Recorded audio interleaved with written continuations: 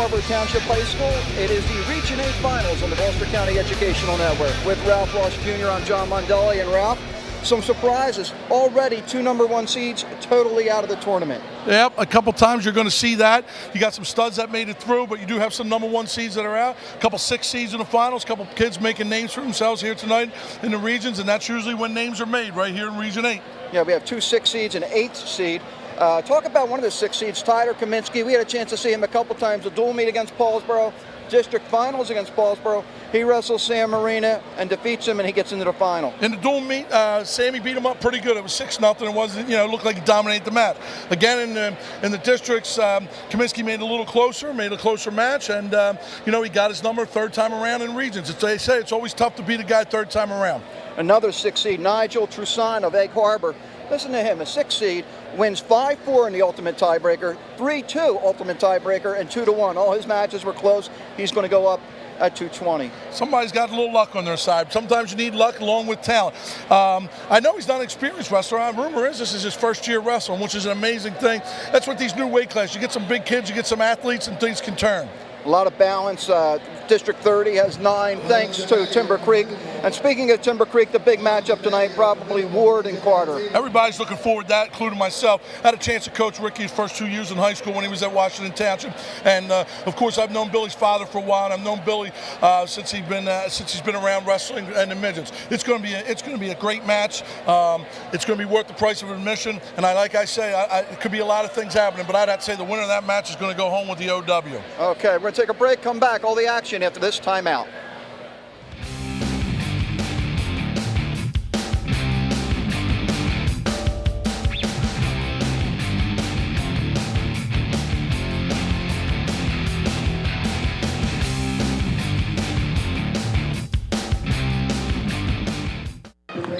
£170, Robert Shade, Timber Creek, Alex Gong of Absegami.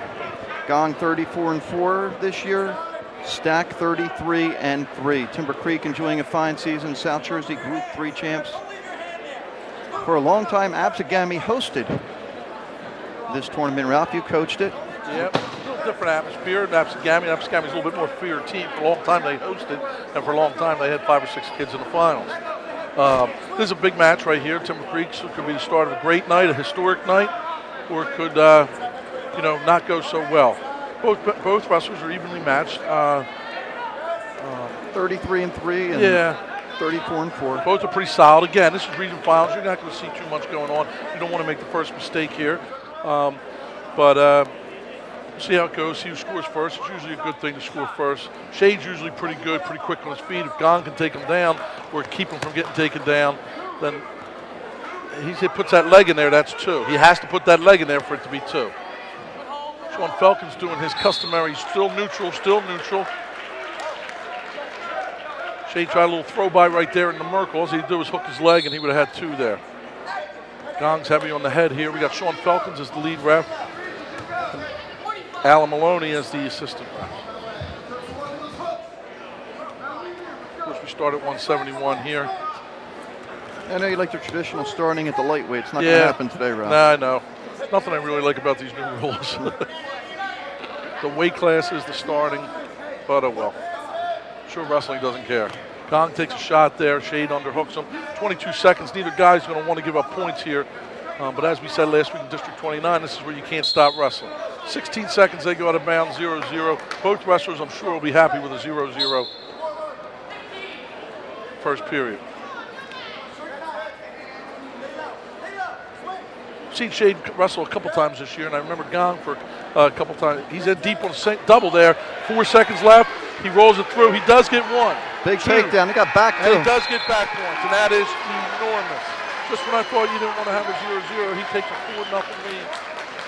But that's what Shade has done all year. I was just going to say, wrestling, he usually hits him for big, feet to back.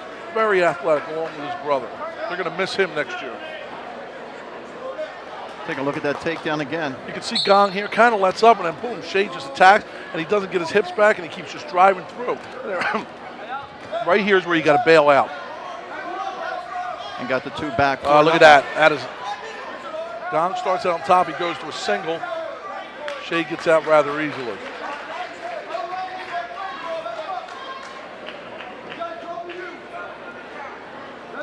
Shade wants to do here. He wants to take a 5-0 or 7-0 lead in the last period. If it's 5-2, Gong thinks he's back into it.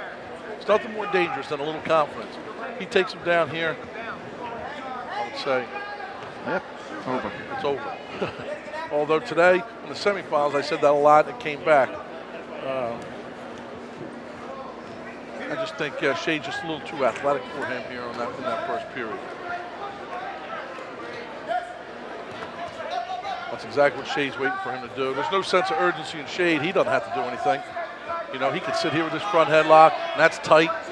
He's inside that thigh. When you're inside that thigh right there, you're not looking to advance. Falcons is telling him you got to advance, but he's okay. He knows exactly what he's doing. He knows exactly what he's doing. It's like controlling the tempo here. Shade came on pretty good his freshman year, 9-1 as a freshman. 28 wins as a sophomore, 35 last year, as 33 so far this year. Right, they were all bunched up their weights when he was a freshman.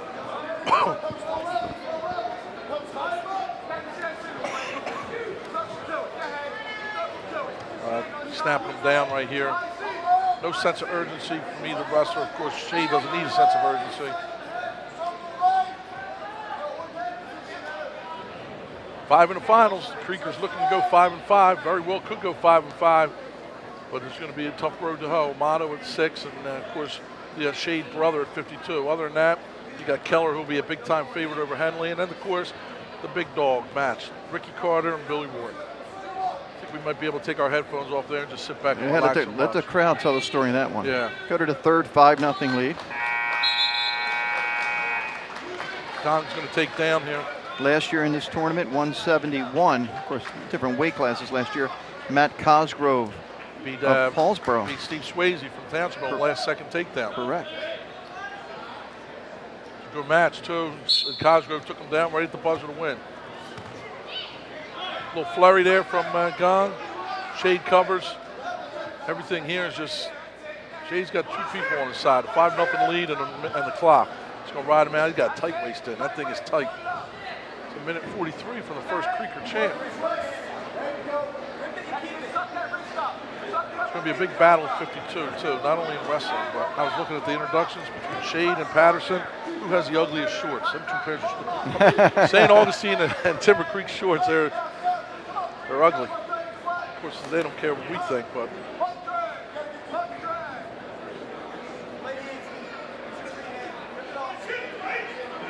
Shade's been in control since the last 5 seconds of period 1. Right. There's the escape, now 5-1. You're either going to see a 5-5 match or a 9-1 match or something. Gong's got to have a little show of desperation. I guess he would get desperate around 30 seconds.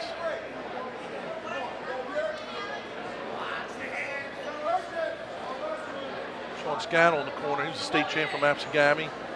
Yeah, you know what that trivia question is, right? Yes, Damian Hahn. Yeah, he did. And Sean never stops coaching, constantly coaching. Although after this, he's going to stop coaching. He's going to have the rest of the night off. Bad shot here. Shade's just going to bury that head. Chase that ankle.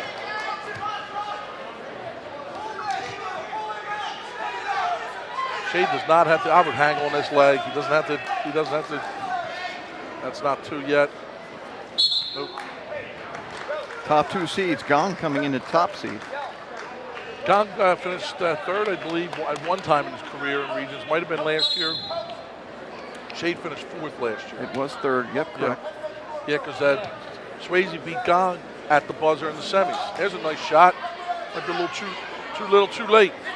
Shade feels very comfortable. Once he has that underhook, he is tough here. Not going to take him down here. See the clock, 8.6 seconds left, 5-1. 8.6 seconds left. The Creekers are on their feet. 1 down for the Creek. 4 to go.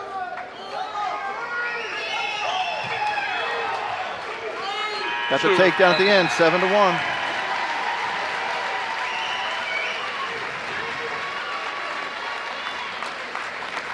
Solid workmanlike win.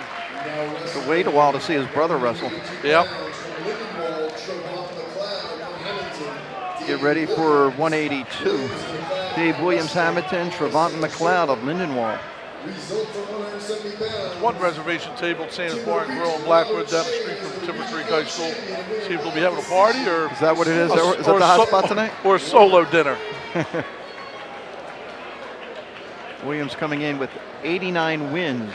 This has to be a district rematch, right? They're from the same district. Did they meet in the finals or the semis? We have that. We'll go look it up.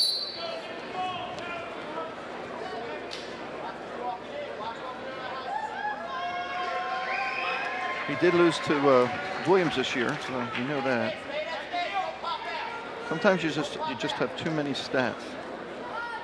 This is the District 30, like you said, they had the most, thanks to Timber Creek, but these two guys, Hamilton's got 2, Lindenwold's got 1. Is that it? Yeah, I believe that's it, correct? Township doesn't have any. Williamstown doesn't have any. Washington Township doesn't have a guy in the finals or going for the state for the first time in a long time. That's just a bull double right there. 2-0 lead for Williams. Got Al Maloney as the lead ref. All the officials, by the way, glad to see you, by the way, Ralph. Yeah. I noticed the... Because I don't have to put up with my bull crap. well, not in the corner, but from here maybe.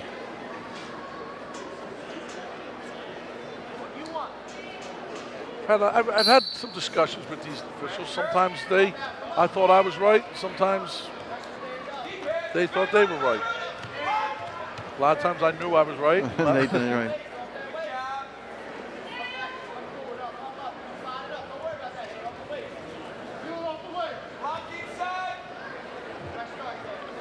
Looking at the bracket, this wasn't a very deep weight class to go. It was kind of wide open from the beginning. Christian Lale from Kingsway was the top seed, and I don't even know if he placed in regions last year. If I'm just going off memory, I really don't think he did place in regions last year. But kind of a wide open weight class. To be honest with you, going into it, if you would ask me who we're going to win, I'd probably say Bonner, the West Effort kid. That's what that would have been my pick, actually. These two kids are big time athletes. Sometimes athleticism will overtake wrestling skill. McLeod with a couple close wins, 4-3 over Lale, and then he picked up a 5-4 win to get to the final. How about that? Well, you know he's never out of it then. And Williams pinned Bonner to get here. I wonder what the score was. 5:54, 6 seconds left in the match. Bonner came back to finish third. Man. Loves that bull rush. Did he get the Whoa. two? Got it. Something for the extras on the outside there. Williams didn't like it. Cloud don't care. I got to believe he could do that all day on.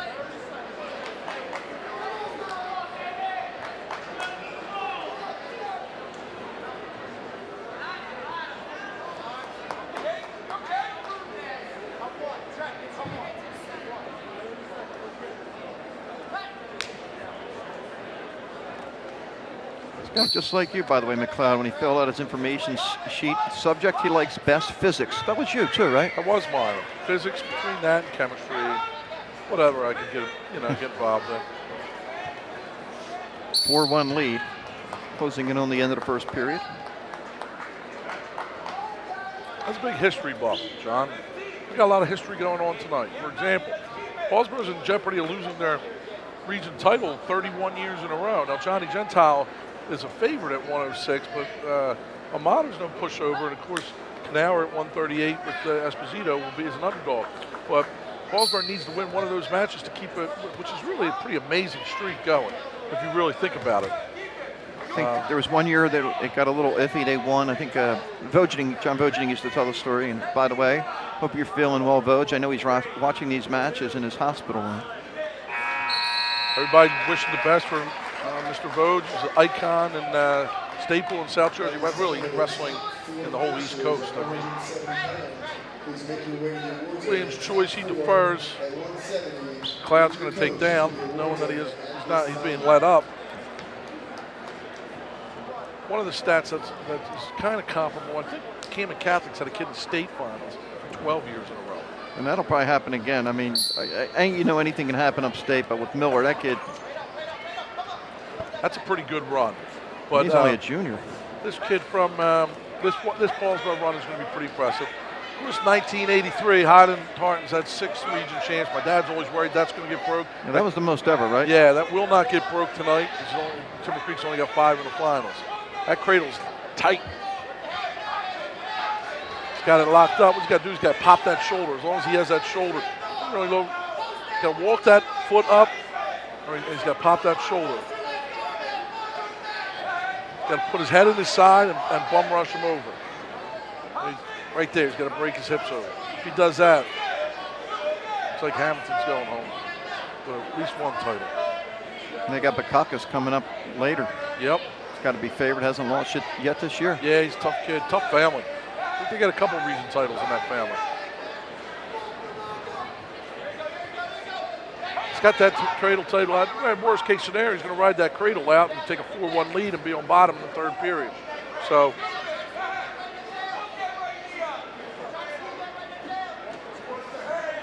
It's hard to tell you who won 182 last year. There wasn't an 82-pound weight class. It was an 89-pound weight class. Right.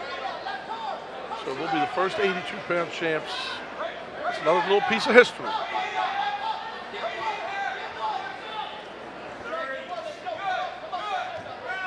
Uh-oh. McLeod does a nice job staying off his back. Now he's going to get at least 1 point. There it is, 4-2.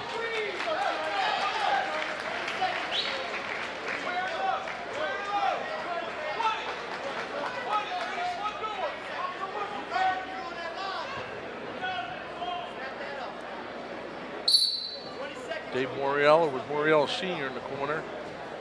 It's got to be pretty fun practices. I don't know if Ross Jr. and Ross Sr. could work together. You don't think that father and son thing would work, huh? I don't know. I don't know how that would work out.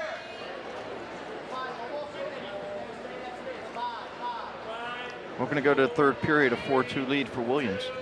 I tell you, McLeod is keeping it close, just like he has every other match. So he's got a strategy. It's working. There's the son, Moriello.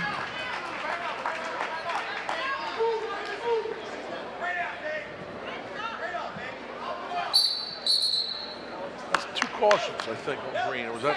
Yep.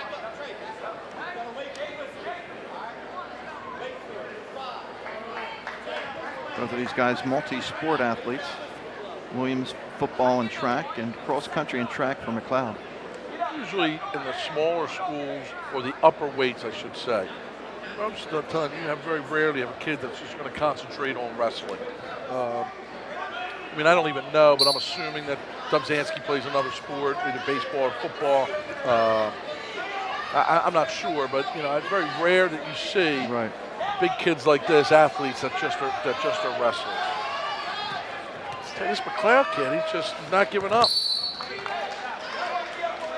Looked like he was in trouble a little bit in the middle of the second period, but did not get turned. Yeah, it was tight cradle. Not only did not get turned, got a point for him.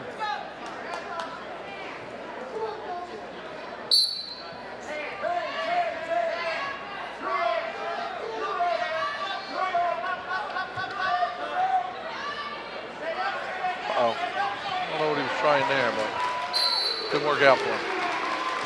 6-2 Williams.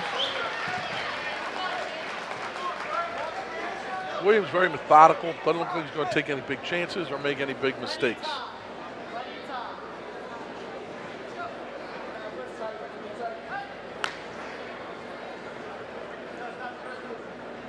Switch off the bat.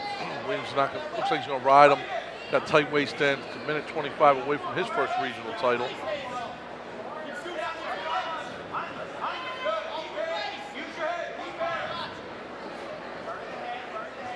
I'm assuming the Lindenwold kids used to go to where? Overbrook? I don't know. Lindenwold, Overbrook, Winslow, and Hamilton, they all got mixed up. So I know Overbrook went from a pretty big Group 3, maybe even a Group 4 school, to a small Group 2 school. And I believe Hamilton went to a little bigger Group 3 school. They went from Group 2 to Group 3, and Lindenwold is a tiny Group 1 school. So I don't know what the mix-up there. Let's watch that last. Looks like he's trying to Merkle him or take him over, and he just didn't have any leg or anything underneath, and Williams just took advantage of it. A little desperation, 54 seconds left. I'd say he's got to get out and try and throw. But Williams being stingy with points. This McLeod kid, man, keeps coming. I'd like to have a McLeod. Everybody would like to have a McLeod on his team. 29-4 coming into the match. Uh-oh. You look at some of those losses. Bonner lost to Williams before. Nelson. Some pretty good losses. Yeah.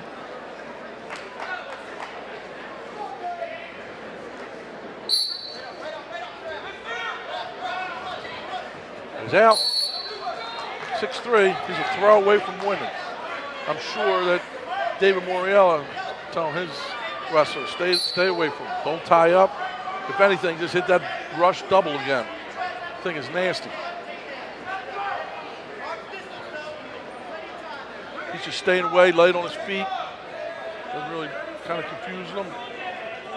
Cloud takes a shot. Williams same time. Oh, came down awkwardly there.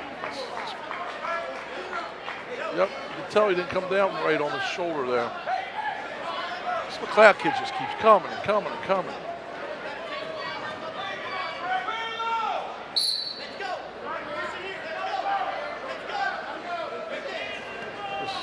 Good setup and shot. 13 seconds. Williams takes a little peek at the clock. He knows. He can stall. Yeah, you don't have to though. 6 seconds, 5. Jumping around. He knows, he feels it if you're coming. Got a little pop in his step. Oh! There's a warning, but it doesn't matter. 6-3 final. Great. Pretty good match. We're going to be a little worse when we started, but. Congratulations to Hamilton's David Williams, the Region 8 champion at 182 pounds, a winner live decision, the score of 6-3. And now your attention to the As we get ready for. Yeah, he got it. You can just tell. He just got the wind knocked out of him there in a little bit. top 4 at 170. We get ready for 195 at the award presentation at 170. He's a freshman. You gotta wonder if the weights were just the same at 189. Would it be these two and those other two would be out? Or, how would it work here? Well, some would be cutting to 71. Did you like it, all those every 5 pounds, those weight classes punched in the No, I middle? didn't. But I don't like this. Certainly I don't like this up top. Because, to be honest with you, if you look at 182, the weight we just had, the number 1 seed never even placed in regions. So I don't know if that's a good thing or what's going on. You got 2 kids here that are sophomores that that are going to make names for themselves. I don't know. I just think they could have done it differently. To be honest with you. There we see the place winners at 170. There's them Shade, shorts. Like them shorts. Gong. Well, they're not bad. I don't like them. They're ugly. And Elmer. Ralph Ross Jr. said that. By the way. And now your championship final at 195. from Delphi Regional, a sophomore. 2 big kids, 2 sophomores right here. 2 sophomores. You're A sophomore, Corey Damiana out of Lower Cape May. There was a Damiano from Lower Cape maybe before that might have been a region champion. I think. Might have been his brother. And of course, Dubzanski's a wrestling name. From Paulsboro, yeah. Yeah, His either dad, Bob, wrestled at Paulsboro. His either father or uncle was a heavyweight. And His uncle Darren, who's his son actually advanced, I think, finished in 3rd, will also go on. Darren was a state runner-up. Yeah, he went to Clemson. He lost to Arena, right, from Paul Six. He lost in a dual meet to Arena. He lost to Zott, who played in the NFL, I think, his from junior Union. year. Yeah, Zott went to Union, I think, right? Yeah. And he went to Penn State. Right. That's a good shot for a 192-pounder. See, these kids have wrestled, man. These kids, you could tell this kid's been a lightweight, and now he just got big, and he's a big kid. Yeah, Dubzanski's only loss is to Carson Stack of Haddonfield, who's having an unbelievable year. Right. And that is a tight waist. This kid's got good build for wrestling because he's tall and lean, and he's quick on his feet. For as a sophomore, we're going to definitely hear more of this kid. Dubzanski beat him back in the middle of January, 5-0. So they have wrestled before. 30-6 for Damiana, 33-1 for Dubzanski. Dubzanski lost to Stack earlier in the year.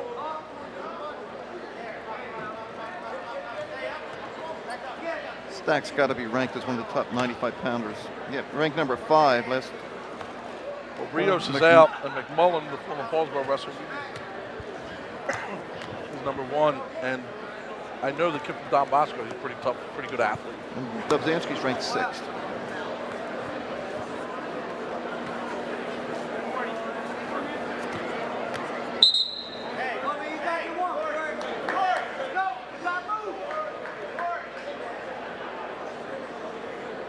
Again, he gets that quick takedown. You always want to be up 2-0. It's so huge when you figure you're looking in the future. You figure I'm going to get one, he's going to get one.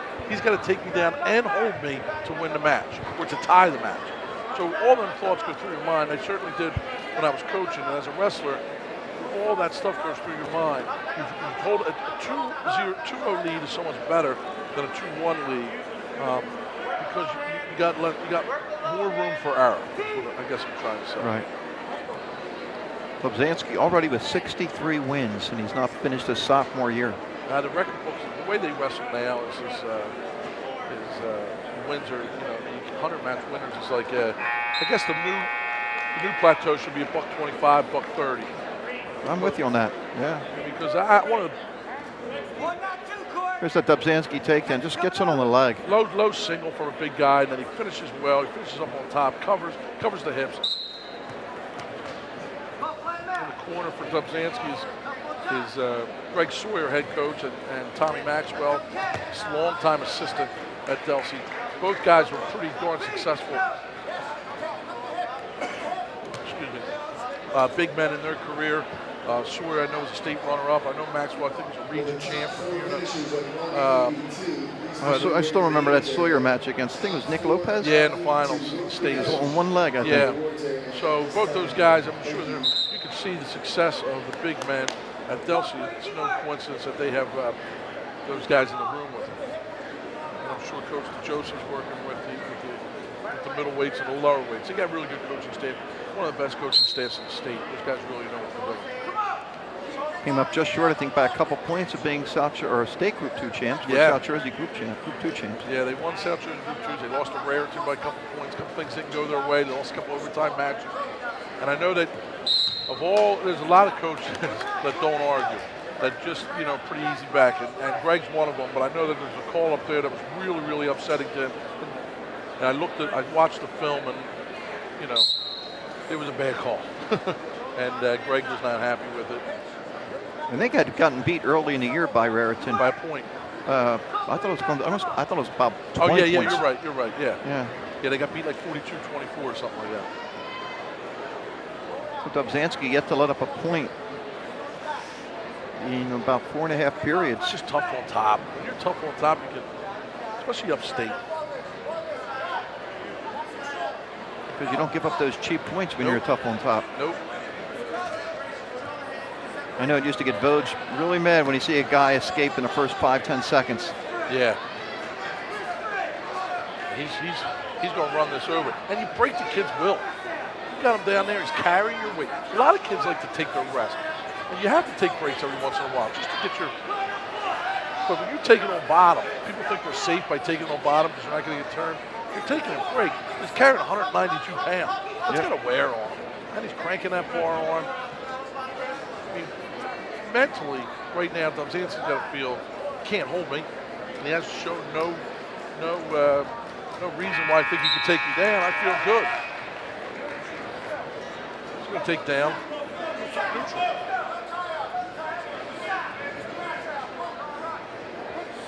Just don't want to take any time away from getting this takedown.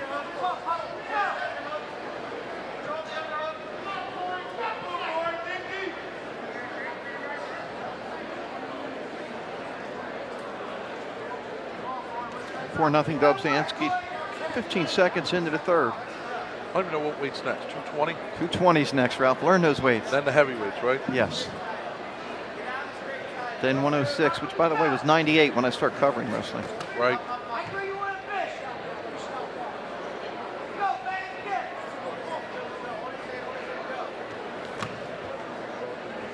Dobzhansky keeps the pressure on. I keep saying 192, and it's 195. 195.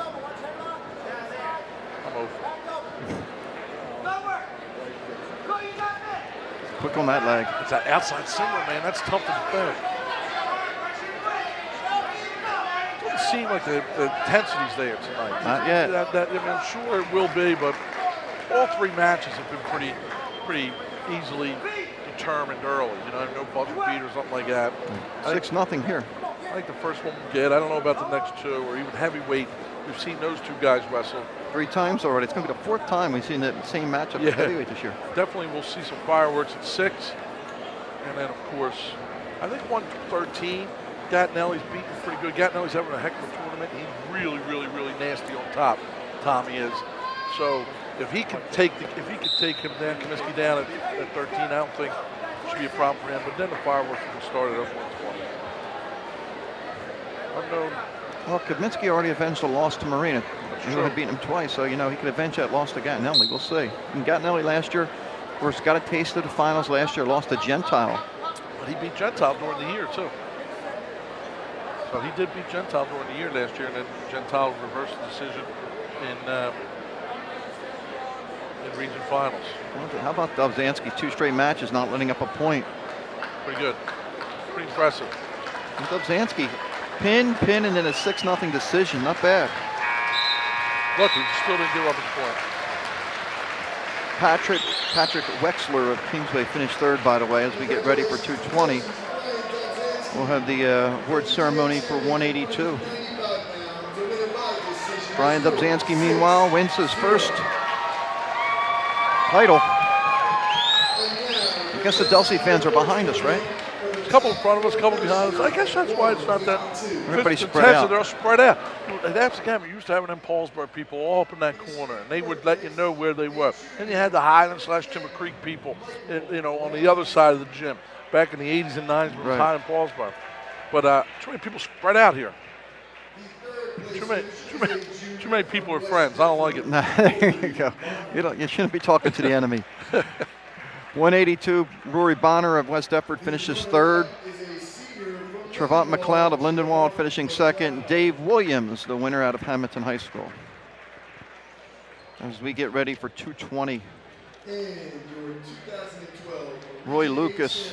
182 pounds, a junior from Hamilton, David Williams. Looks like we have Roy Lucas and Nigel Tressant.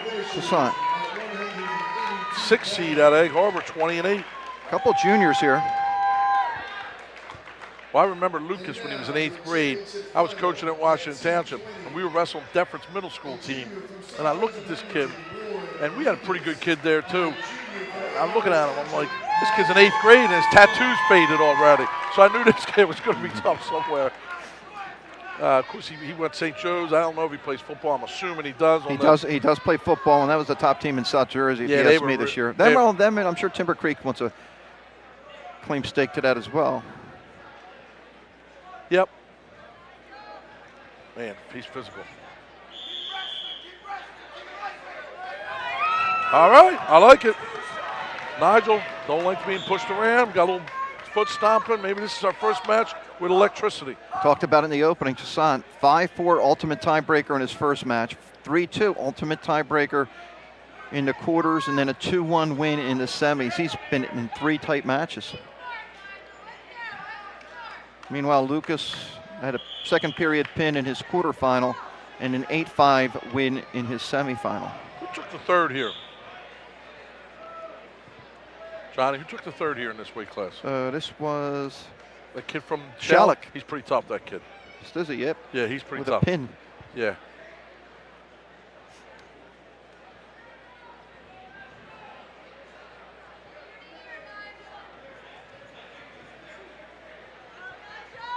Pushing back and forth. 2 big kids, strong kids. Both are usually probably pushing around the other opponent and not backing down. We can hear the Egg Harbor crowd now because with the Egg Harbor wrestler. Like Kayazik was District Coach of the Year. Of course, congratulations to District 29 Coach of the Year and Region 8 Coach of the Year, Danny Antonelli. Couldn't happen to a better guy. Danny's a really good guy. He's a good guy for the sport. And, you put 10,000 people in a gym. I don't know if you could pick one out that doesn't like or respect Danny Antonelli. Great interview we had with him last week, when we said, back in December, would you have thought that you would have been district champs? Right. Absolutely not, he said. Yeah. Well, that's a good shot right there. He's in deep. A little late. He won't finish it off. We're going to go in the second period scoreless. Yep. Don't doubt me. Sorry, I thought he had more time. I'll tell you, this could come down to conditioning. A little injury time here. What's this? Must be a blood? No, not blood. Injury. Contact, maybe? Maybe a little contact. Yep.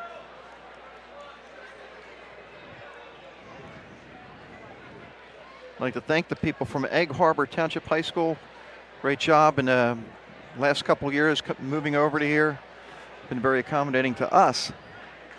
I think last year, Ralph, the first year here, I had heard that there was a 6-hour power outage at Absegami during the day of the region final. So if there was ever a good year to switch, it was last year.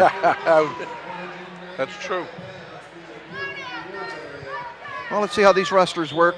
Lucas on the top here. Got that spiral ride that you'll see next match. That, man, there's no one that does it better than Remender. It's nasty. He keeps on top of things. He's riding it well. He rides them here. It's going to be tough to come back from. Got to get him decked back down. There he goes. On his feet. Tough to hold. So there you go. 1-0 lead. Egg Harbor Township Eagles. They're excited. Uh-oh. I like this match. This one's got a little flair to it. A little pop and pop. I like it. Got the crowd. This is the feeling we're looking for. It's the home crowd. That's why. Yeah, but you got some kids pushing in faces, getting tough. Round people up. Neither kid, it's a close match. It's going to come down late. It's going to be an exciting finish. Well, we talked about the Sant being in all close matches, and this has every indication of being another one. See that little flurry here. Watch. Neither kid, it looks like they want to give up.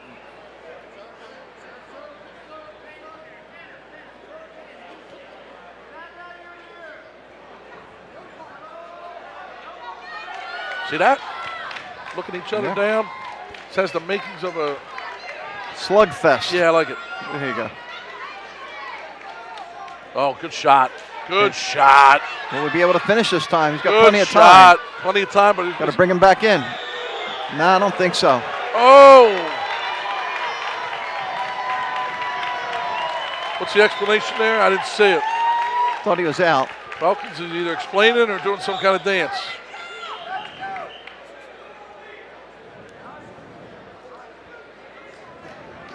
I guess they're saying he stepped out. That's what it looked like, his left foot. I didn't see it. But if he did step out and come back in, that's a correct call. If not, that was a good shot by Lucas. I can imagine that he gets one more of those shots. Kid from Egg Harbor is going to get hit with Stallings because he hasn't taken a shot. So right now they're just pushing back and forth. But the kid from Egg Harbor hasn't shown any offensive ability, and Lucas has taken two decent shots. Right now they're just pushing. Well, can you say overtime? We're going to 1-0 match. We're going to go into the third. No. I don't think so? It's not going to go in overtime. You're going to see a takedown. Let's watch this controversial play here. See his foot? No, that's a 2. That is a 2? Yes, 1 foot stayed in bounds. Just because it's 1 foot went out doesn't mean it's out. Ross 1, officials nothing. I'm not out there, though. Can we get 2 here? Oh, man. Lucas looking for a reversal. He goes has to do is throw Merkel in here, and he'll be fine. Hook 1. 1-1. I'm predicting takedown by Lucas before it goes. I've been known to be wrong, though. Yes, you have.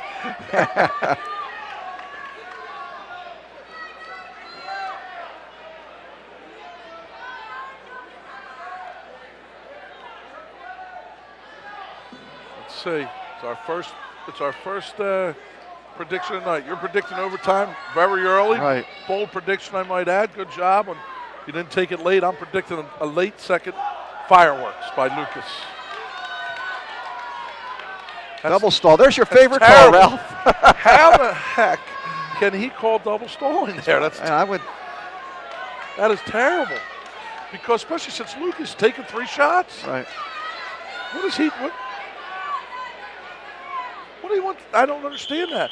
Lucas has taken 2 shots, almost taken him down on a controversial call, and now he hits him with double stalling. The Egg Harbor kid hasn't taken any shots.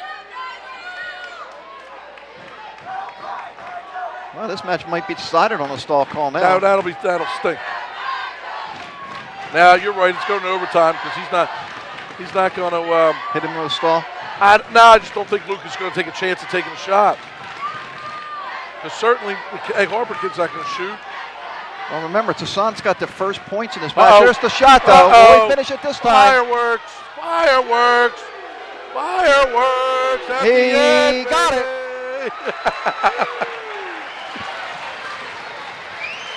I've been around the sport a couple years, yeah, brother. A lot longer than I have. You're right. 3-1. It's only a matter of time. good shots. He's had good shots. See if we can take a look at that shot again.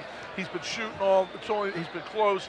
He's been offensive. That's why the double stall call I don't agree with. Maybe the Egg Harbor kid was stolen, but you show me where Lucas was stalling that whole match.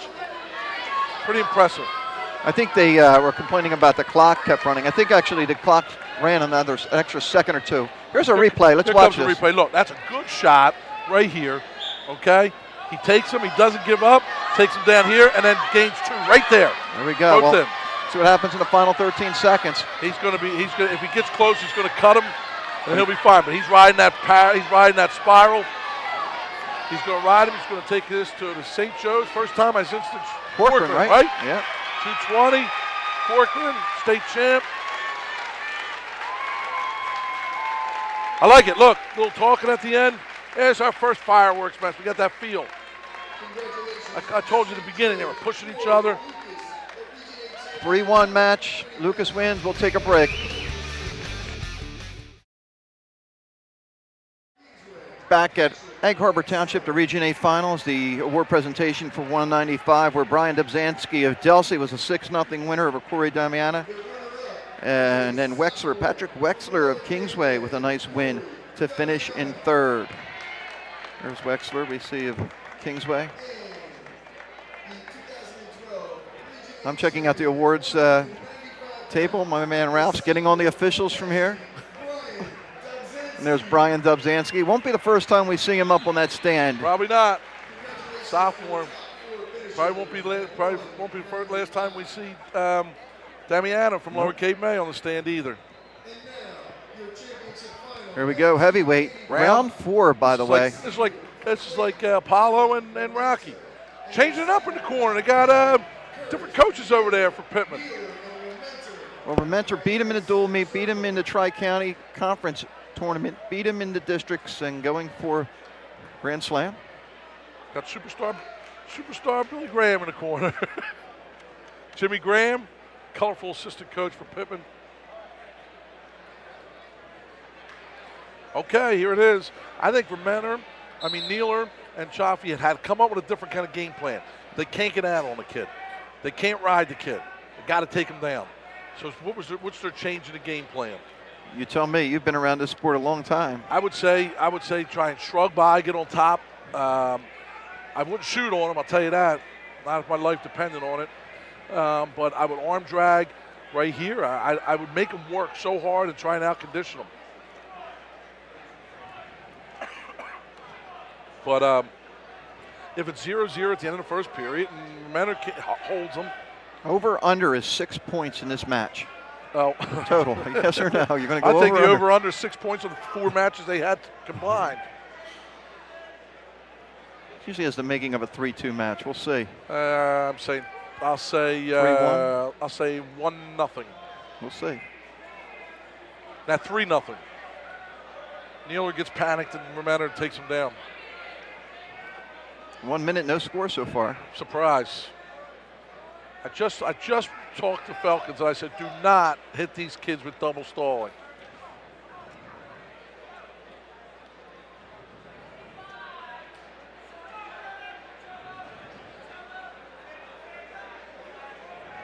Oh my. There it is. God.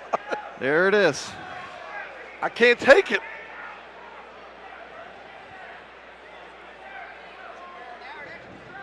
Oh, my God, I can't take it. What does he want? I'm going to say it again. What do you want him to do, hit a low single? Both these kids are all at 260, 270. Right.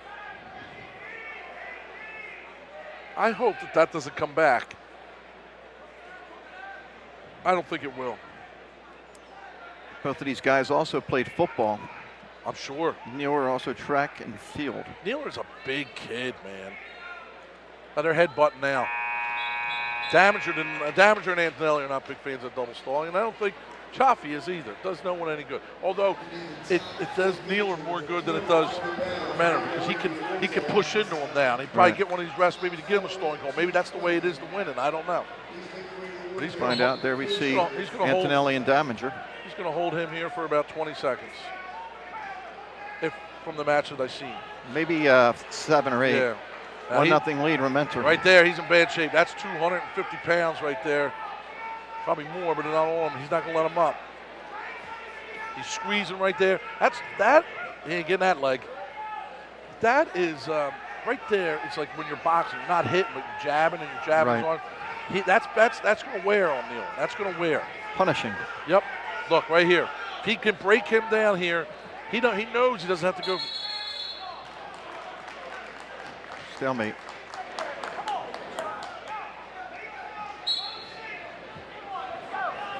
Look at Remender stand straight up because he knows he's not going to take a shot. Or should he have to? Now, what do they want to do? They want Remender to take a shot? Or they want Neal to take a shot? Probably both of them. You'll force a kid into a losing situation is what I'm saying. So if I was these coaches, I'd tell them, I don't care how many stalling calls you got, you are under no circumstances allowed to shoot. And I'm sure they won't. You usually see the throws and all that up here. Right, or shrugs. Right. Or occasionally, if you got a Tom Curl. I was going to say, Curl was one of those heavyweights. Or Hester, they would take a shot.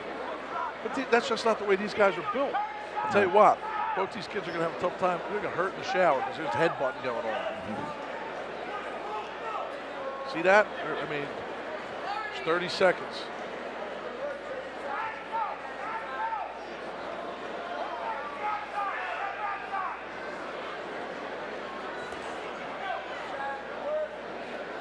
I'll tell you what's going to stink.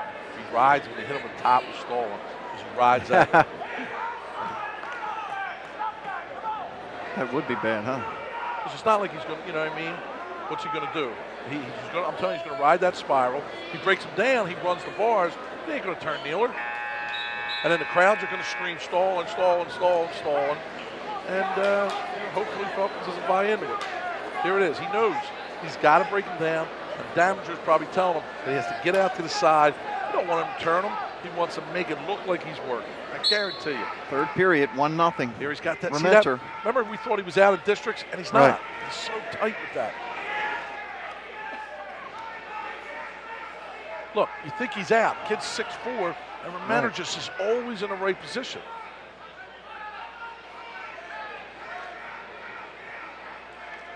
See? He's tripoding up. He's trying his hardest, and boom.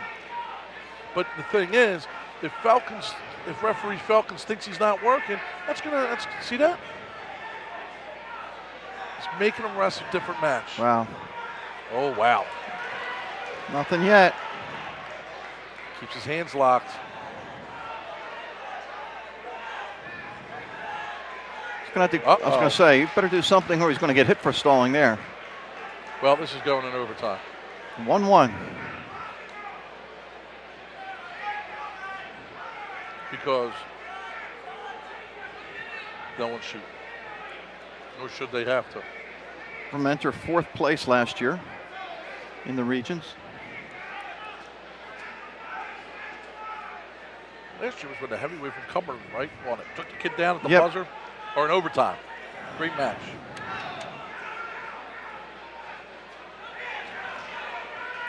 Paul from Cumberland, 3-1. Right.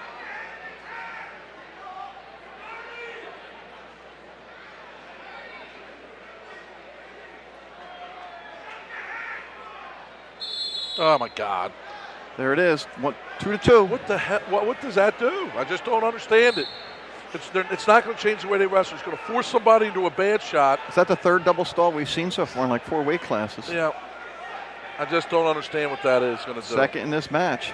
Tell you what, another stall here is big points. Yeah. But they're going OT, and neither one of them are going to shoot an OT either. Talked about it last week with you. Districts back in the 80 where both wrestlers were forfeited, stalled out of the match. Yeah, Gattuso and who was the other one? I know, I think it was Woodbury and Kingsway. Yeah, so Gattuso was the Kingsway kid. And I forgot from the Woodbury, but it was a double, no winner with that year, no heavyweight champ.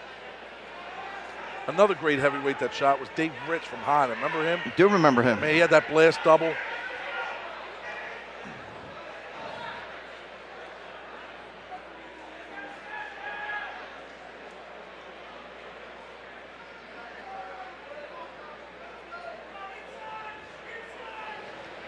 .30 seconds in. Somebody scores here, it's over. Right. Remember, Rementer has scored first. Johnny Gentile warming up behind Clay Bretz. He's been warming up since 2 o'clock this afternoon. He's ready to wrestle, I'll tell you that.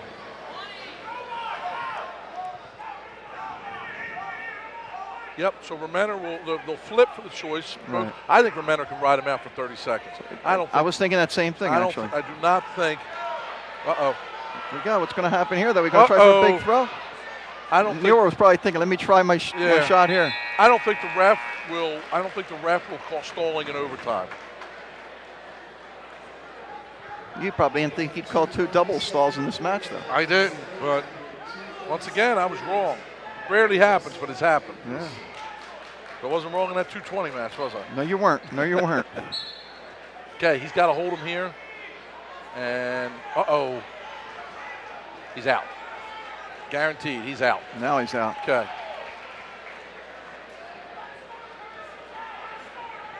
16 seconds of pushing, snapping, slapping. And then the only question is can Rementer hold him with his spiral ride? And or is referee going to bang him for stalling? I think not. I think Rementer holds him here with the spiral ride, and Rementer's a region champ with 3-2. Unless he cramps up. Why would booing? I would understand that. Listen, if this kid, why would they boo? First of all, you get 2 timeouts. Right. If it was illegal, then they wouldn't give them to you. Second of all, he's 285 pounds. He's just wrestled 7.5 minutes of wrestling. How many of these people booing can come out here and take him down? Rementer just is going to get up every time, and he's just going to get out. No pressure on the top from Nealon, which is nothing to say against Nealon, but Rementer is he's just too hard to hold down. And we had a chance to see how tough Rementer is on top. Hence, that's why you're making your prediction. Right here. Unless this is a leg cramp. Leg cramps are nasty. Nealon takes down as predicted. And we will see.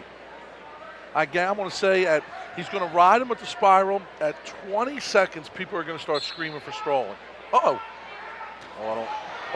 Might get a reversal. Oh, wow. We got a tie match. Here we go. Yeah. We're going to have the ultimate tiebreaker here. And Rementer's going to take down. Now, again, if Nealon, he can't hold him. He's got one choice. Run up and grab the Merkle. Here's what I'd rather see than this ultimate tiebreaker.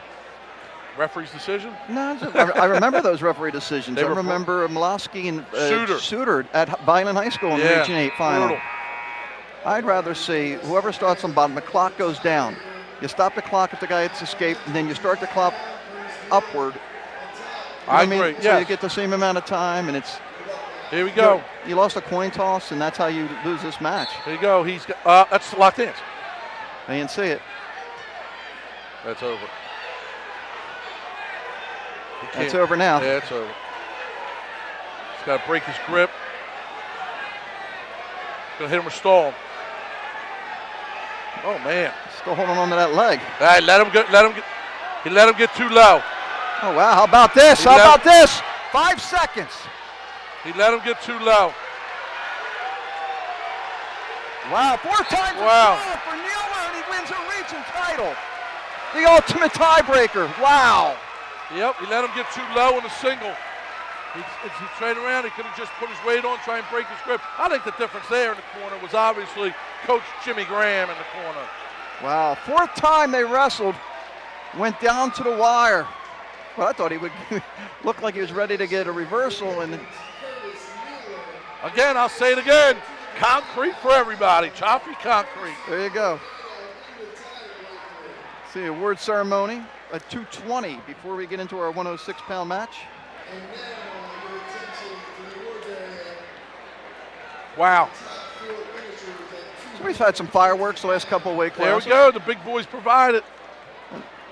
It used to be a lot of times people would leave and not see the heavyweight matches. Yeah, I remember, unless they were good ones. Yeah. 220.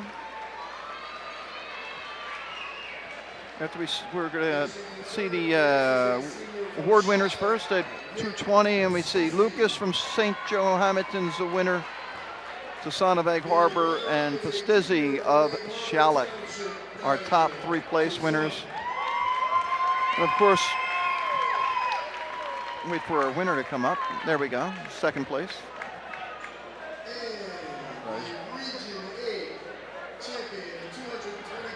Here's our champion, Lucas from St. Joe Hamilton. And of course, the reason we're here is because of the 3rd Legislative District. They're helping us bring you this match as they did last week when we went to the districts. State Senator Steve Sweeney, the Senate President, Deputy Speaker John Berchichelli, Assemblyman, and the Assemblywoman Celeste Riley. The 3rd Legislative District serving South Jersey and serving all of everybody here in the state of New Jersey. Thank them for making it possible for us to be here today as we get ready for 106. John Amato, Big who match last year I believe wrestled at Camden Catholic. John Gentile, returning region champ for Paulsboro. Big match here. First takedown's going to be huge. Oh, look at that. Yep. Gentile, it's just tough. I'm going to say she's looking good for 31 years in a row. I hate to say it that early, but these 2 kids are both tough on top. Gentile is a machine. And he's just a good 106 pounder. He's going to be making some noise down Atlantic City. Now Amato's going to he has to come out of this period 2-1. He's going to be tough on top. I know that. I know Amato's tough on top. He can turn you. But you see the weight that Gentile is he's just constantly rolling wrists and stuff like that. This is our first big match, although the heavyweight match was really, really exciting. And the 220 match got the fireworks started. Kind of lulled us asleep in the beginning. It's got a half and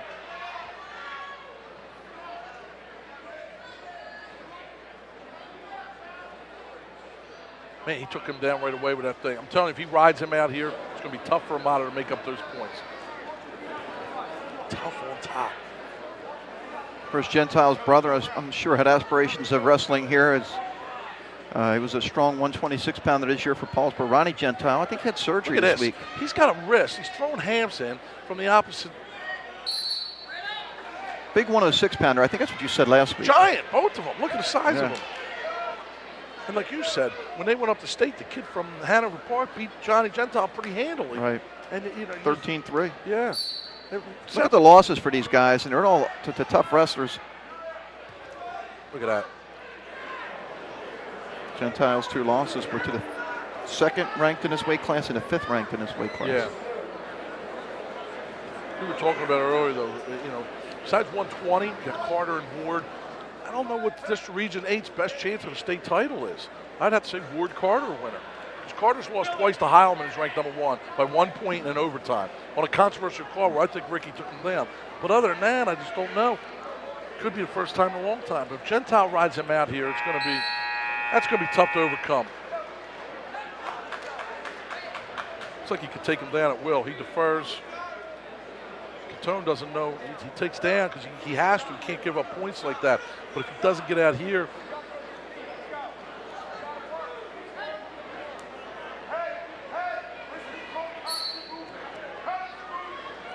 he's up on his feet. He looks like he's in good position right here.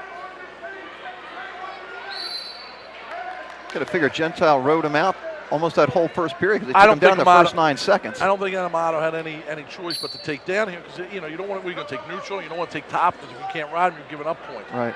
So he's getting closer to getting out. I would be surprised if he gets out in the first period. He gets out here. It's tied up. Right. But he's not going to roll him through. But I wouldn't be surprised if Amato does get out here and then he has to take him down because he's going to have to hold him. Now, Gentile's going to take down next period. Amato's a beast on top. Can he turn Gentile? I would say no, but I've been wrong before. At least 3 times already tonight. I was going to say that, and you keep saying that. Have you been wrong?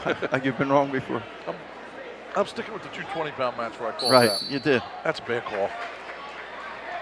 Warning against Gentile. I don't understand. I mean, he's taken him to the mat twice. He's running bars. Caution on Gentile.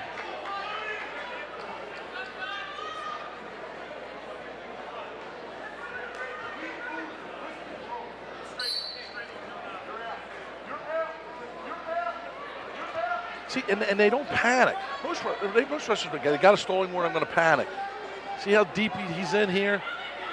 He's going to try and whip him over, but he's just low center of gravity. He's going to get one here. And there's the one. Uh-oh, same type takedown. He's in deep. He's in deep. Uh-oh. He is in deep. He takes him down here, changes the whole complexion of the match. He looks like he's in deep too. Uh-oh. Oh my goodness. How about Gentile there? How about Gentile there? He's got him on his back. He's tight. He's tight. 30 seconds. Marina Lodge is pumping up tonight. Looks like there's going to be 31 years in a row, baby. Jesus. Gentile looked in a lot of trouble there for a minute. Oh, and Diener, yeah, he did, but then he set that up beautifully. We don't know if nice he looked job by shoulder. Amato fighting off his back, but a big 5-point move for Holy Gentile. moly. He looked like he was going to be down 3-2. He's up 7-1, and it's his choice. And he might have broken. What do you do here if you're Gentile? Take down. Neutral, take down. No brainer. Well, you said he's tough, but Paulsboro scouted him. Gentile's taking top. Right. I would have taken neutral. Maybe. Yep. And that's something you definitely don't see too often. Now. I remember Eddie Joshi was in the state finals against a kid from Kittatinny and went on a pen to win National. Valente. Joshi was beating the crap out of him. Valente took top and turned him 3 times to win in state finals. Valente, was he a national champ? 2-timer. All right. See how he rolls that wrist and he keeps the pressure on? And it's just when they shocked me when he took top, but he's got the bar now. I tell you, Amato's wrestling tough. He really is. He's got that whip. 7-2. Gentile has a caution on him. I mean, a stall warning on him. Yeah, it's good.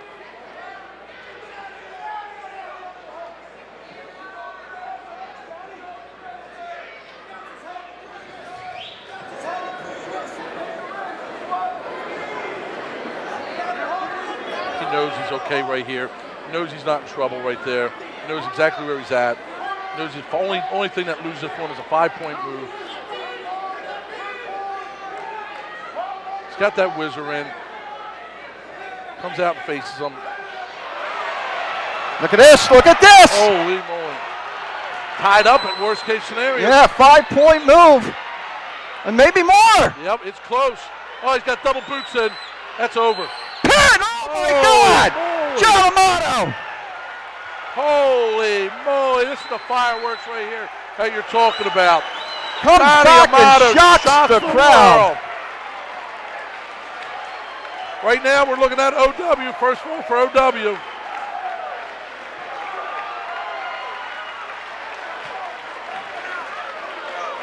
I don't think anyone saw that coming I when certainly it was did not. 7-1. I certainly did not. Looks like Timber Creek tonight's getting better and better. Let's watch that. Yo, right here, I figured he was okay.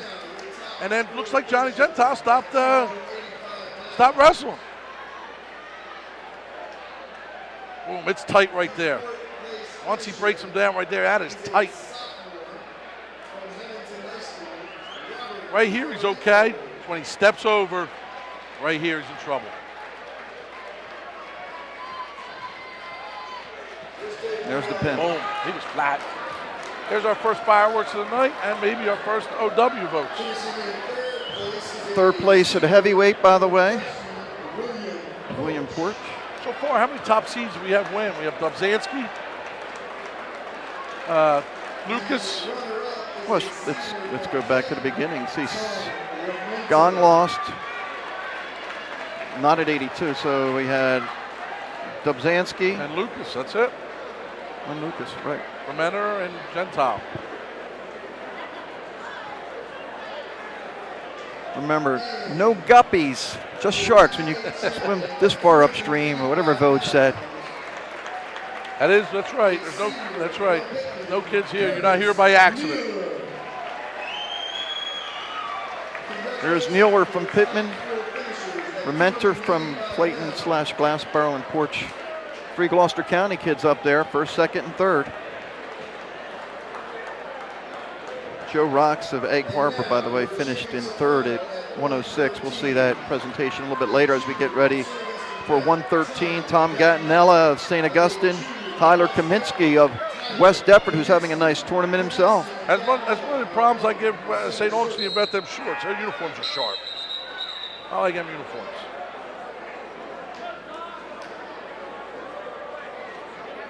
Place is still buzz after the 106-pound happenings when Gentile up 7-1. Gets thrown to his back for 5 and then ultimately pinned by John Amato, sophomore in Timber Creek. Tommy Gattinelli got tight front headlock. And that's tight. Short drag by Kaminsky. No points yet. No points yet. Gattinelli looking to improve his position. That's 2 right there. And Kaminsky gets points where you think there's no way you can get points. And he's got those legs, and we watched him a couple times already this year with the legs. I'm telling you right now what he's looking for. He's going to look for a stalemate. And I would not take bottom under any circumstances if I was Kaminsky. He's going to look for a stalemate here. I can tell you that. He's tough on that throat. You see where he's there? Looks like he might be even cutting the air off. That damn Kaminsky just gets points where you don't think there's going to be points.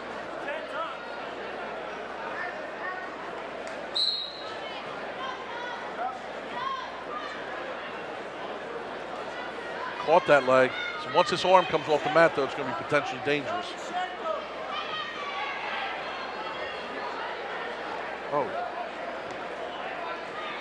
See, people hold that leg, and leg wrestlers like that, just reinforce. What you got to do is you got to get tall and skinny, slip out the back. Head hunt, exactly what he's doing. There it is. That's exactly what you got to do. Now, watch Gattinelli. Got the 2, trying to get him turned. He is tough on top. And he stays in here. He is tough on top.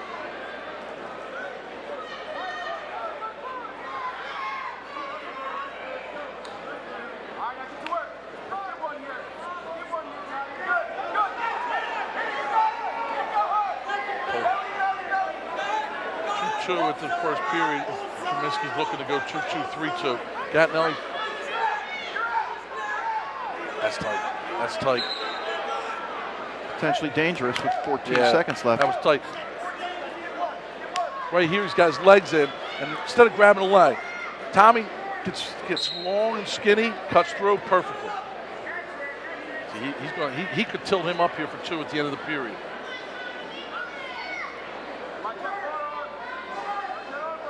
Once you lock your hands on bottom, though, the ref's going to think you're not doing anything strong. Gattinelli pretty methodical on top there.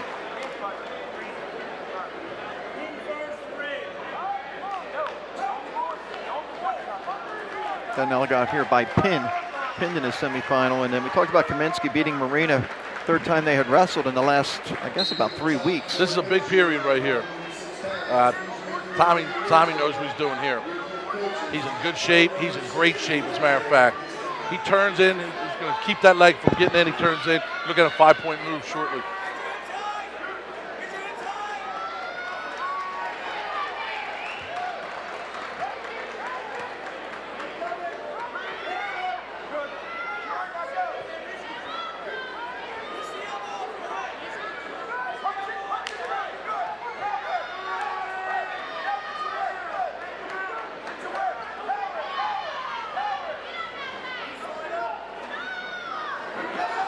Kaminsky doing a nice job on top, though. They're going to get a stalemate, though. He's got to do it one more time. He's going to have to get caught.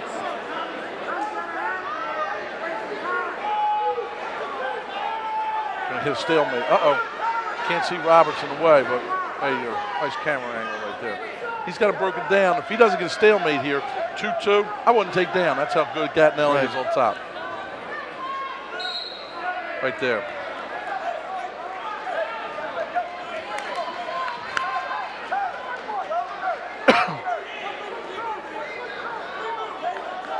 Vince Layton, John Craig, the West Deptford Brain Trust. Was right in the crab ride. Now he's got a leg in, though. It's a little easier to put that one in. That's points. A little easier to put that one in. Maybe he's collected himself right here. He's got both boots in.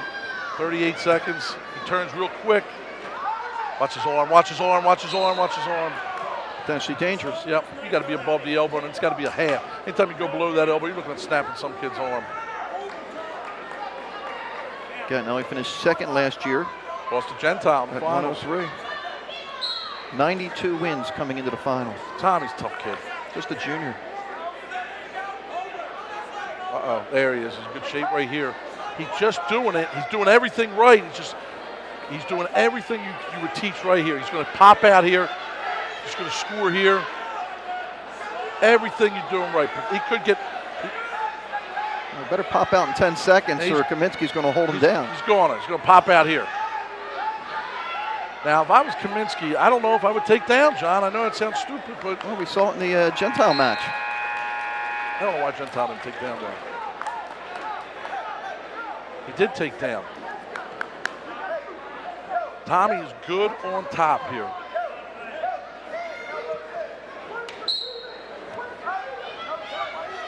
Here comes his tilt he's looking for. It just looks like he's... Uh-oh.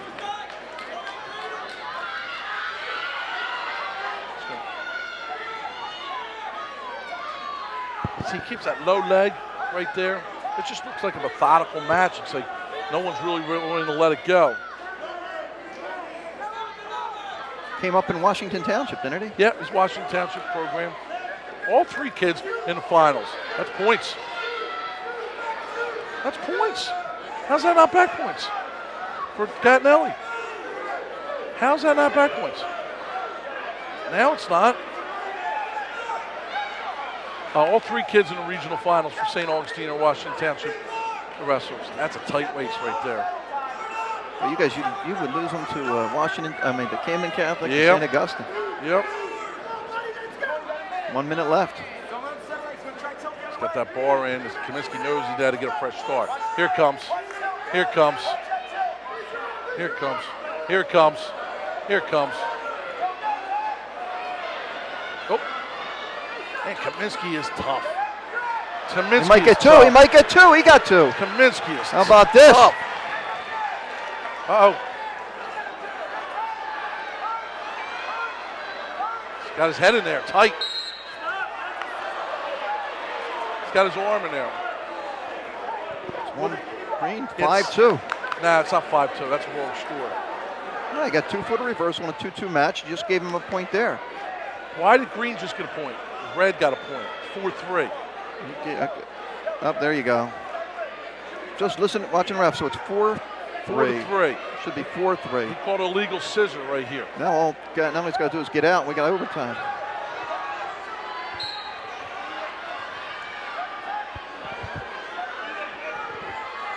Yeah, he's tight. They're tight in there now.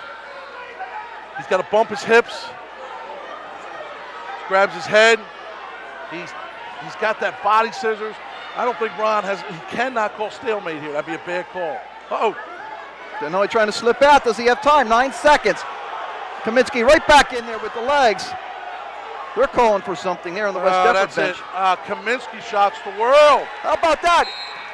Can you say outstanding wrestler? I still 6 seed winning. I still get what Amato's got my vote. That was a 2 seed. I don't know. Or the winner of this match. I'm still going with Amato as my OW. Wow. Number 6 seed. Avenges a couple losses this year, too, Yeah, by the about way. that. That's Let's watch it again. so right here. Gets 2 right here. I don't know why he let go of his cradle, but he does. And then he goes right to them legs, man.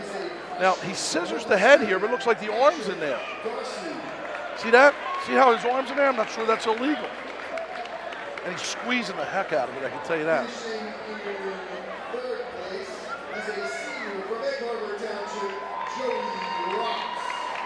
Joey Rocks finishes 3rd. We get the presentation at 106. The runner-up is a junior from Paulsboro, John Gentile.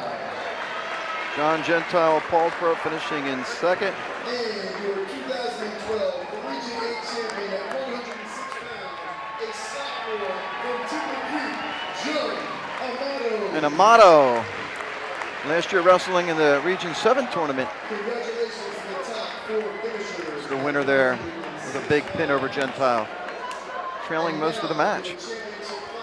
Okay, this is the match that everyone's been looking forward to.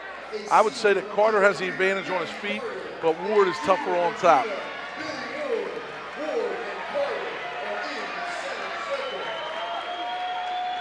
Billy pinned him in region finals 2 years ago. But Ricky getting the best of him on his feet, and Ward just gets back, he gets that roll back.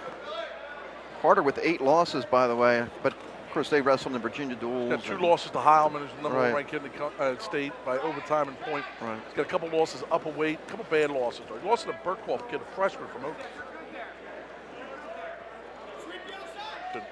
Ocean Township, and that kid's pretty good, but should beat Ricky 10-2. Yeah, so far, Kaminsky did a good job at 13, but my vote still goes to Amato.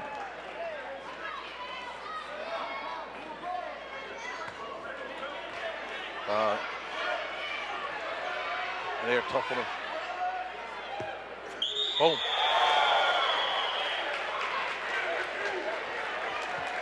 I believe Ward's looking for his 3rd region title. Yes. West Deptford just picked up their first region champ since 2001. Jimmy Rollins Who was his coach? coached. He's a good guy, good-looking guy. I know that. He didn't do much. Oh, I thought it was you. Okay, I guess it was. He didn't do was much that with Pete Rob. DiBiase back then? He didn't do much with Rollins. He just sat back and let Jimmy do his thing. But I'll tell you, Jimmy's one of the best wrestlers I ever coached, if not the best. I had Anthony Kershaw, was probably the most technical best. I had Charlie Huffman, was probably the best athlete. And that Price was probably the most dominant. I coached Lopez and Higgins. I had great wrestlers, but I'd say my 3 best were Rollins. Anthony Kershaw, and Charlie Huff. Look at that. It's weird you didn't mention your state champ. Well, Johnny wanted to have it as he was one of my most dominant. But, you know, he was a fun ride. Right. But those guys were, yeah. And I didn't mention Nicky Lopez, who was a region champ for me. Oh, look at that shot. Look at that shot. I'd like to see that again on replay. 2-0 Ward. Wow. I think he just caught him on his heels, which you don't do to Ricky much often. Ward's lost to Hammond of Jackson, lost to a wrestler from North Bergen and Devoy. Won a Devoy Ashnault final be fun. For who? Not for Devoy. All right, here you go. Look, he just caught him backing up on his heels, and you don't see that. Ricky just. That's a nice job by Billy Ward. Now, this is where I would be worried if I was the Timber Creek faithful. Got that half. He's going to stay in the crouch. Gets that half in. He's going to roll back. He got a roll back, John. That is nasty.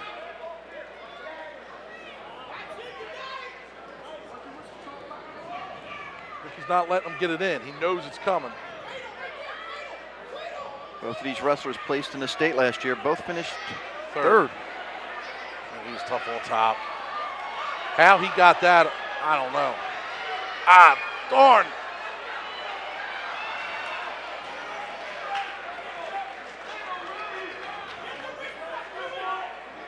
Where he got that cradle from.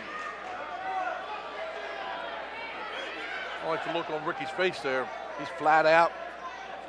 A little more energy in the gym as the night's going on. Yeah, that 106-pound match was as good as I've seen in a long time. I think it all started at the end of that heavyweight match. And there's Barter's just tough there. He's just so athletic, Ricky.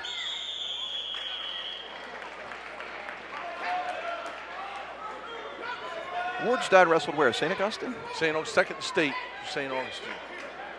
He was tough. You say Augustine, I say Augustine. I don't know what's right. Final 50 seconds here in the second period. He's got that half. This is where he's tough. Watch this. He's going to wait for that. No. He's going to wait for that to come up. He's going to wait to get that. See how he sucked that hand in? He's nasty on top. And by the way, with that guy now lost another top seed. There it is. Can't get you. Better not get slopped. Oh, there it is. Wow. It's nasty. Now Ricky's Barter's great job though. Ricky staying knows off his it's back. coming and he's flexible, but I knew it. He was just baiting him. And Ricky wrestled. To Ricky's credit, He wrestled it, he defended it nicely. But it is nasty. If you don't know what's coming, that's 6 points. When he goes upstate, what did you say, him stolen? Looked like. Period's over. We go to the third. We get a replay of that rollback half, if we can. If not, I'm sure we'll see it again before the match is over. Looks like that first period takedown could be the difference. That low double. Okay, watch this. See, as soon as he goes there, boom, he's like a cat. And then he hooks that right there. Lesser wrestler is pinned. Carter lucky. Great job staying off his back there. Here we go. We might see a reversal. Yeah. If Ricky don't take someone down, it's going to be a long night for him. 4-0. If you would have told me that Timber Creek was going to have 2 region champs at this point, I would have said Shade and Carter. But Amato, like I said, shocked the world with a cement mixer. Right now, my OW.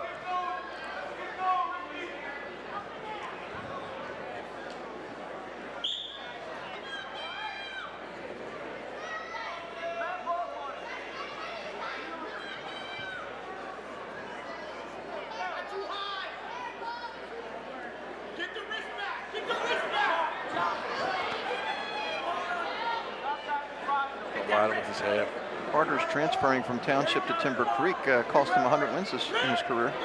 87 wins. Yeah, well, Ricky didn't start for us as a freshman. Yeah, he was 10-0. I noticed that. Yeah, we had a kid. Ricky was just real small. He was 80 pounds, and then we were so talented there, and when we had Shane West, who was a junior, who sucked down to 103, and Ricky was just too small. He was 80 pounds.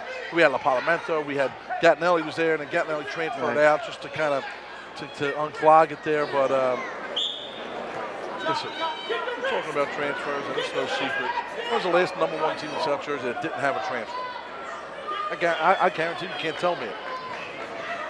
You know, Timber Creek's loaded, but if they don't, if they don't have a Amato transfer and Carter transfer, and you know, but if again, when I was coaching at Washington Township, tried that rollback. I was coaching at Washington Township. We don't have Scott transfer. We're not as good as we are. Right. Now Ricky, 4-1. He's got to take him down here. Try something. A little desperation here.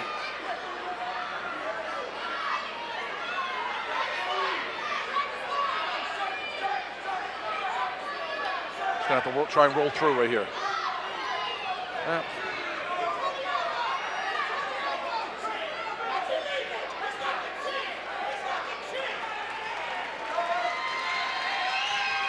Whoa. Late takedown, maybe? Oh. Late takedown the other way, maybe? No takedown. 4-1 Ward, the winner. Very athletic, both kids. We're going to take a break. 4-1 final score Ward. We'll be back 126-pound weight class after this timeout.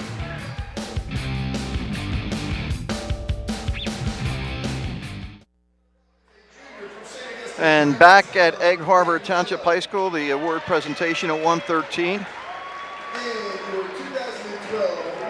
And as we say, another top seed goes down. Tyler Kaminsky, the 6th seed, with the championship at 1:13. And by the way, 1:20, Carter was the top seed. Right, so who do we have as top seeds and when? Lucas and Dubzansky. Van Brill's the top seed here, correct? Yes, he is. And he owns a major decision during the season over William Elliott of Cumberland, who we're about to see. Sophomore against a senior. Van Brill 41-4 as a freshman, 30-1 this year. 41-4. 71-5 in his career. Wow. On pace for over 140 wins. 41-4. Only lost to Juan Rivera in a dual meet, and he avenged that loss. Twice. Right, beat him earlier in the semifinals today. Correct? Yeah, beat him 3-2.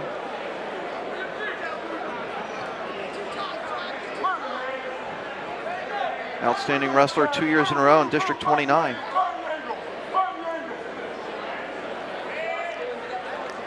Just smooth on his feet again, pretty technical on his feet.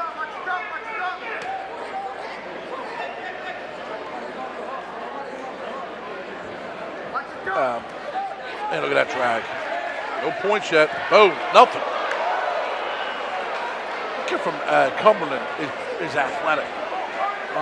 But you'll have to see if athleticism or technique is going to take over here. Van Brill's pretty athletic himself, but he's so smooth in technique.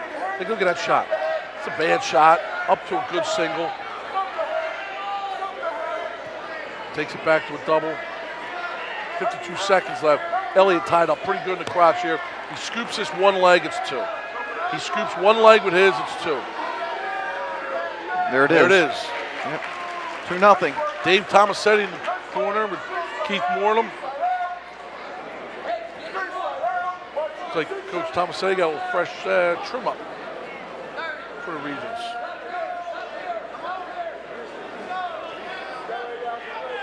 You a fan of the suit when you're coaching? I could never wear a suit. I sweat too much, but I'm a fan of the shirt and tie. Carmine Davis, man, he's looking dapper over there. Always the best dressed coach in the Regents. Always. I would like a suit, but my ties barely last, let alone my jackets. But You're ripping them off by what, the second match? I don't. Seating meeting. Seating meeting doesn't even get to the match. But I don't. I always made my wrestlers dress in shirt and tie, and I can't understand why. Like, how could I ask them to dress in shirt and tie?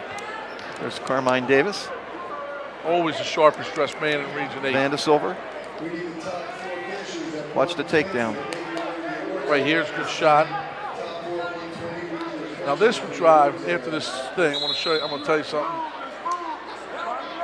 It's just to a double, just solid. Turns in here, hooks the leg. As soon as he hooks that leg, and he breaks his hips, that's 2. And an escape to start the second, so he's up 3-0. Here's the thing. Now, Van Brill was pretty much the aggressor on his feet, right? Right. Van Brill takes down. Elliott lets him up right away, starts in neutral position. You think Voges would like that? No. Voges would not be happy with that. At least try and ride. That's why you got to be impressed by the job Dubzansky did. Yeah. At least you try and ride him. See that? I still don't understand why. Another shot. You think he could take him? I guess he's looking for a throw with that headlock. I think it was 10-0 the first time they wrestled. Here's 2 more.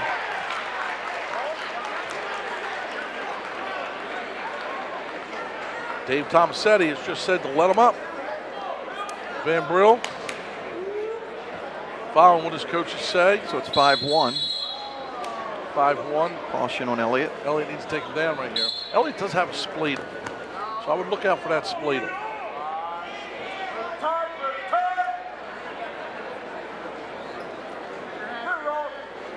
Elliott with his 100th career win in the semifinals.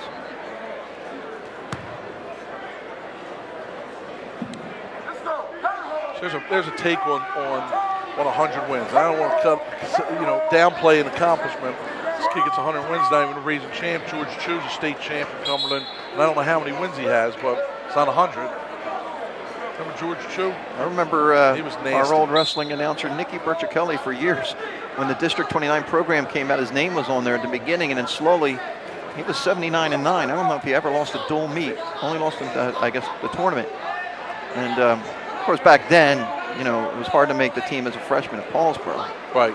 So I don't know if he just You don't wrestled do for that, 3 and they years don't have or that. what he did. They don't have that nowadays either. No. Chuck. You don't make the team, you transfer, you quit. It's just a different type of commitment. I always told my wrestlers I was 85-11, and they were like, what happened? Just weren't very good. Plus, there were less spots, 12 weight classes. Was there Right. 12 or 13 when you wrestled? 12. Different areas. I was at 98. My freshman year, I think we were at 98, and then we went to 103. 101, 108, 115. Yeah, I like those weight classes. 122, 129. I like those weight classes. 5-1, Van Brill, we head to the third.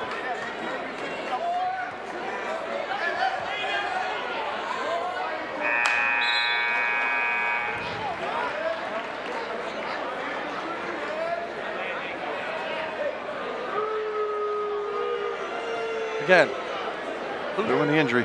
who's booing them and why? Did you like it when your kids took injury time? I didn't, but if they did, it didn't bother me. And people booed and everything, and I could care less what the people in the stands thought. And you know what? Like I said, you had 2 timeouts. You were the people in the fans know whether 1, the kid's legitimately injured, or Right. 2, he just needs to get refocused. I mean, things are flaring around, and if he thinks that he needs to get refocused, he wants to take a timeout, then let him to take a timeout.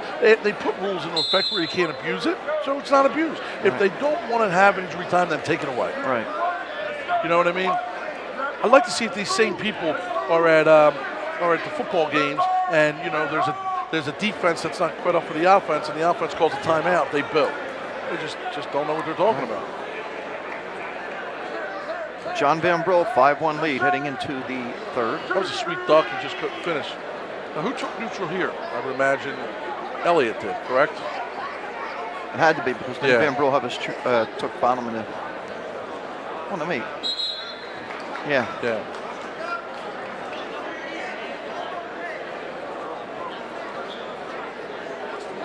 Right now, like you said, it's probably a two-man race for OW, but I'm still going with Amato. You're going Amato, I'm going Kaminsky.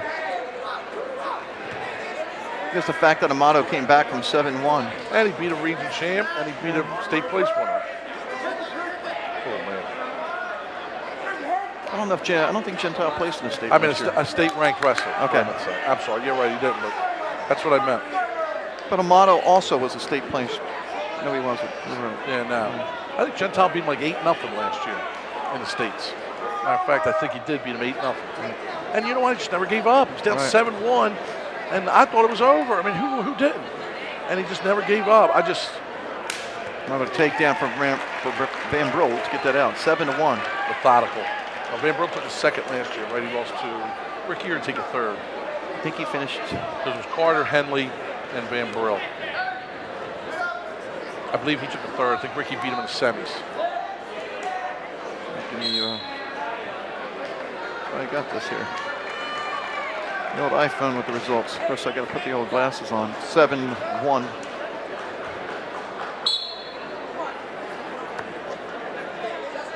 Yeah, Van Brill finished third. Yep. 9-3. Lost to 4-2 to Carter in the semis. Right.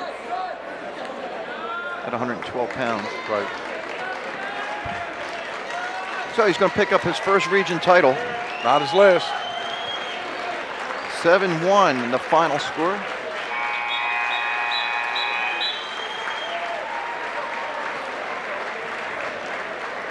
Congratulations to Clearview's John Van Brill, the Region 8 champion at 126 pounds, a winner by decision. The score. We're going to have the award presentation at 120. And now your top four finisher at 120 pounds. Of course, Billy Ward was the champ at 120. Gabe Zamont from Egg Harbor finished third with an 8-2 win in his consolation match, and Ricky Carter.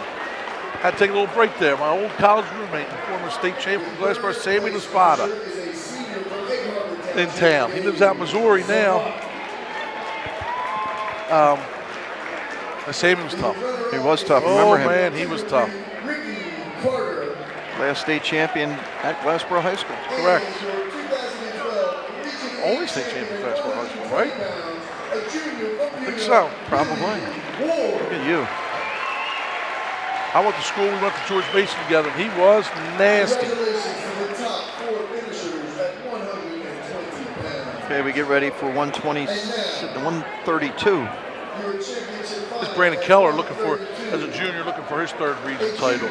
This is a kid right here that's just technically sound. He's tough. He keeps coming at you.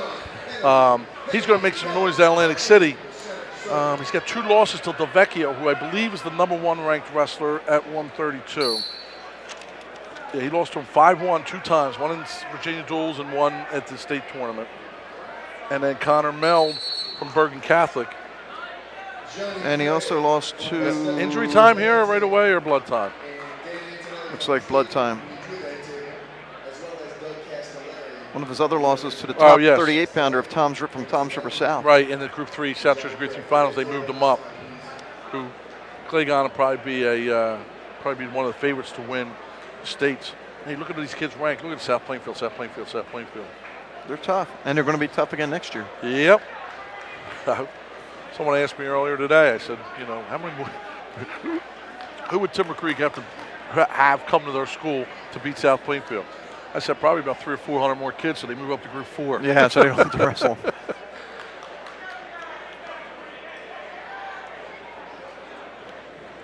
Keller with 102 wins in his career.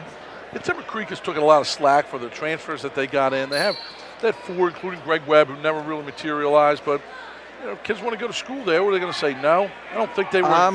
That's been my thought all along. Right. No matter what school. I don't you know think what? They go Good, out and say, good "Come programs draw good wrestlers. That's right. Now I think that they were overhyped in the beginning, and because they had, they were so good, they lost to South Plainfield by criteria, and then they had, they have Carter, they had Amato, they had DeGuzman from Pensacola, and they had Webb move in, but they just never could put together their upper weights to do any damage. But you could also look at Cameron Catholic. They don't have that kid Lambert, who's the number 1 seed of Region 32. Amato leave. Right. They could have given Timber Creek all they could handle. Yeah, but like I say, Nobody's Camden Catholic took them, and now they lose them. one's crying for Cameron Catholic. I can tell you that. He's bleeding again. You're gonna have to wrap. Stalemate. It's blood time. They're gonna have to wrap that up. Oh yeah. Because you get unlimited amount of timeouts, but you only get 5 minutes. So I wouldn't be surprised if after this one, the tape comes around the head. Penalties, losses to Knauer, Lankowski. Lankowski wrestled tough, came back, finished third. Yeah, this afternoon in the semifinals, Joey Esposito throws him 5, kind of took him right out of the match. But Esposito's he's a big time thrower, and he's going to do some damage up there too. Esposito's got 2 losses. He got pinned by Walsh. I mean, more than 2 losses, but he's got a loss to Walsh, who pinned him from Cameron Catholic, and Clagon beat him up pretty good in the. And he lost to Berghoff last week in the final. Right, in the All-Star meet. So he's going to have to upset some people to do some. But I wouldn't be shocked. I'm sure we'll see him on the podium down in Atlantic City.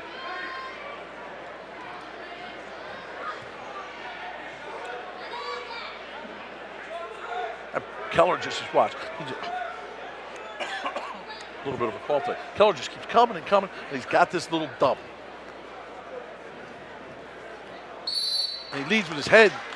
He's not afraid. He's a brawler. Henley's a big move wrestler, though. I thought they barred those helmets with the front. I don't know, West Effort used to wear them for years. I thought they barred them. See how he leads with his head? Were you the coach then? No. That was West Effort all the way back. That wasn't even DiBiase. That was Melchior? Melchior. Henley's going to get hit with Stall soon. Finelli in the finals last year, lost to Carter 5-2. Right.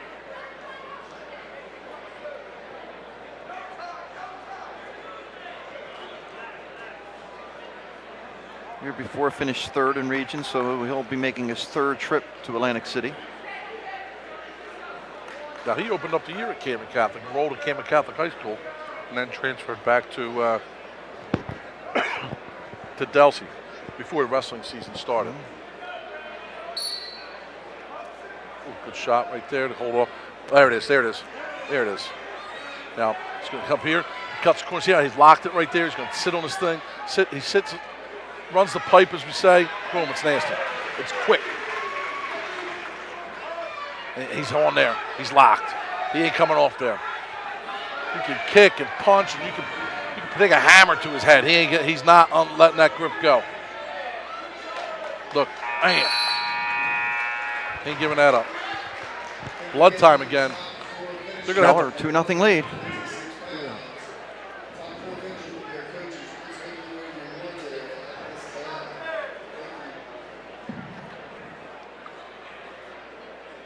always.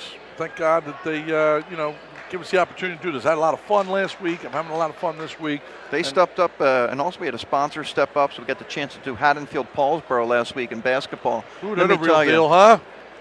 Well, I told you. You did. You've been telling me a lot lately. You've been telling you a lot.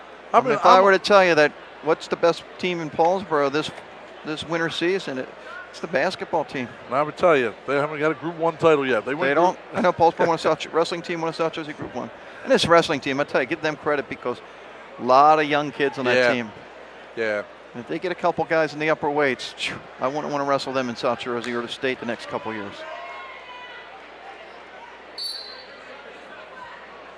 Second period. And Keller's just so compact and so tight, and he just scores points. I mean, see that? He'll make mistakes.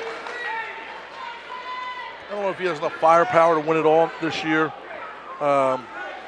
Just a junior. Yeah, Del Vecchio was also just a junior. He's beat him twice, but like you say, tough to beat a kid third time. We saw that at heavyweight. Yeah. We saw that at 112 in this tournament. Oh, wrong, because Mentor did beat Neora a third time. He just didn't beat him a fourth time. Yeah. He go, watch, Keller's going to hang on to this arm. And there's no way Henley's going to spin behind him. We got the wrong graphic up there. I think we have the wrong weight class. It's 132. And Keller is just, he hangs, and then he goes to that dump.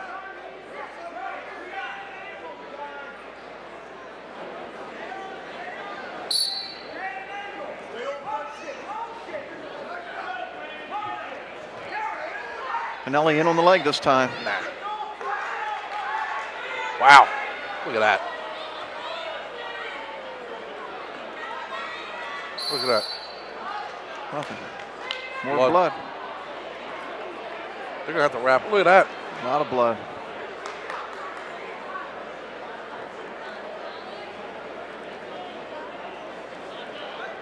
I gotta tell you, it must be tough wrestling like that.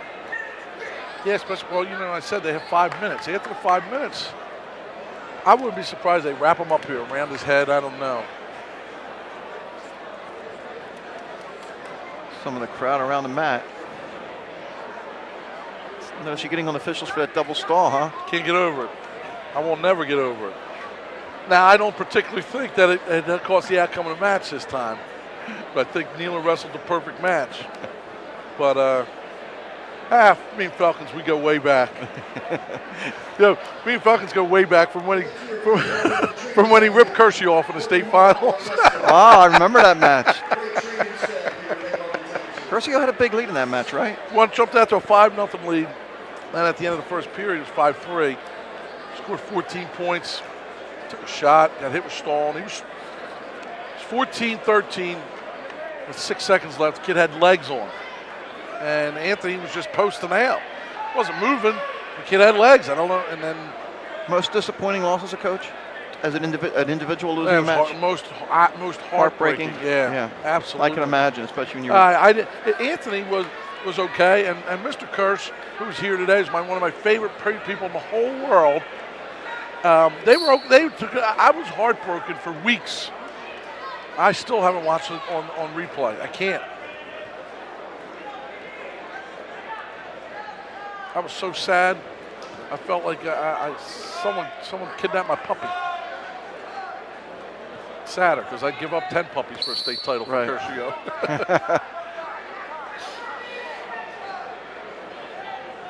43 seconds left. Keller with the 3-0 lead. See, they did throw the tape across the face. Now that's got to be done. It's oozing out, though. They're going to have to do a better tape job than that. And Henley, that's a good shot right there. But Keller, look, boom. He's okay here. He's okay here. Keller is okay here. He's going to wind up in a better position. He is so tough to score on. And Henley's doing everything you should do. He's doing everything you should do. Sawyer and Maxwell know it. They know you got to go around the head. And they just know that he's doing that. And then just Keller just refuses to give up. He did everything you should do right there. Keller holds on. No points given up. 3-0. We go to the third. More blood time. You know who's got to be hating this? Canal and Esposito. Yeah, because they want to get going. They're next. Going to some new gear.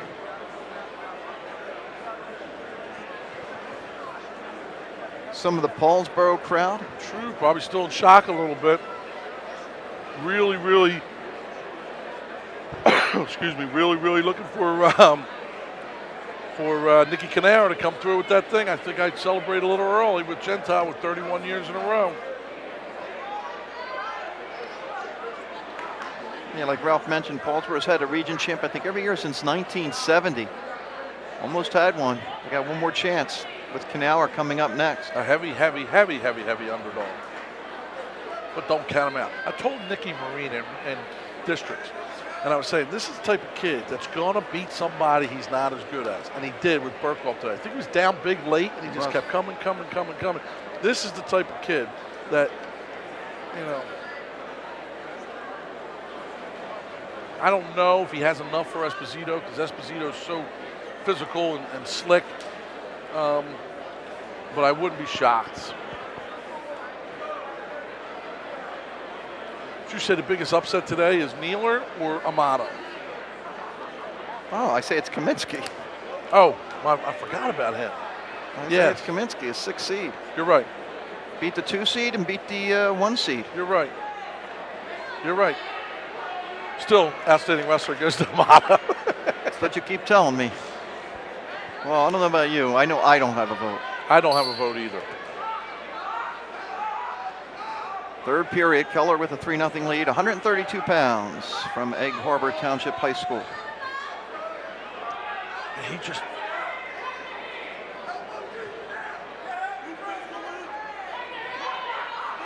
with that half, he's up front. He just wears him down. Watch. Henley's a big, strong kid, too. Boom, right to a single. He's not giving that grip up. Told you before, that's where he's just nasty there. Face wrapped up, the nose wrapped, not affecting him. Oh, he let it go. Let it go.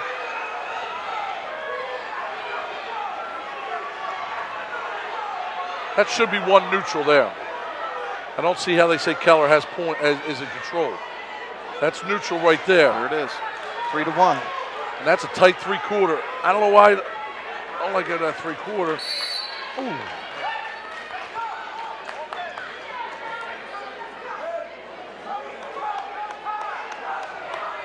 Couple juniors. More blood time. How much time are we at? It's starting to get dangerous. I like the clock, some of the clocks, and it might even be Right. Absagami had the blood time countdown. And the injury time. I like that too. And what is it, 5 minutes? 5 minutes unlimited time. And injury time is 1.5 minutes, 3 times. Third time you're done.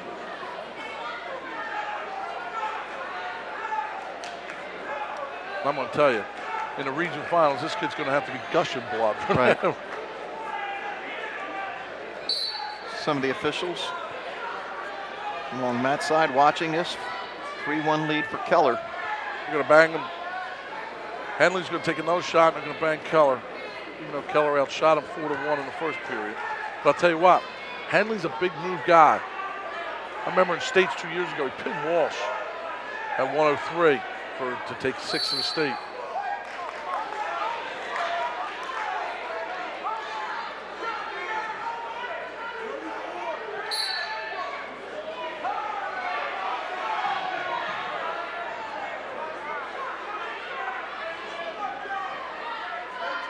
Yep, Keller on that arm. He's fine right there. Matter of fact, he's right where he wants to be. Yep, because the clock just keeps ticking. Look at him on that arm. That's stalling. It's not a stalemate, that's stalling.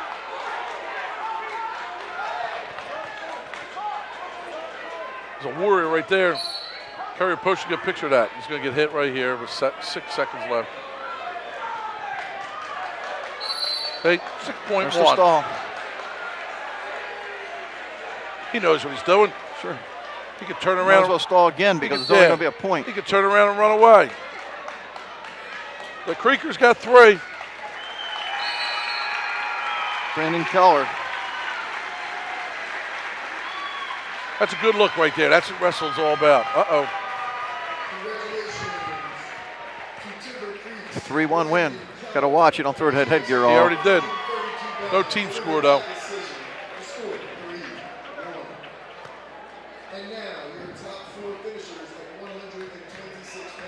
The award presentation at 126. Jim Petta of Absagami, who was the number 2 seed, comes back and finishes 3rd. Elliott 2nd, Van Brill 1st. Finishing in 3rd place is a senior from Absagami. You see Juan Rivera, Paulsboro, he finished 4th. The runner-up is a How many times have you had a fourth place wrestler, make it to states, the guy doesn't make weight, or somebody in the top 3 bows out? None that I can remember, because most of my kids were cutting weight. Right, and they went right to the burgers and the milkshakes after the Yeah. match was over. I'm thinking that's what I would do. I don't even know if I've ever been offered that situation. Joe Esposito, Nick Knauer, St. Augustine, Paulsboro, 138-pound matchup. Knauer 30-9 coming into the match. Esposito 34-4. Won a district title his freshman year, and then second, a third, second, and second in the regions. Ill-advised shot right there, man. That was quick. 2-0 Esposito. Put him right. He looks like he's not taking any chances. No.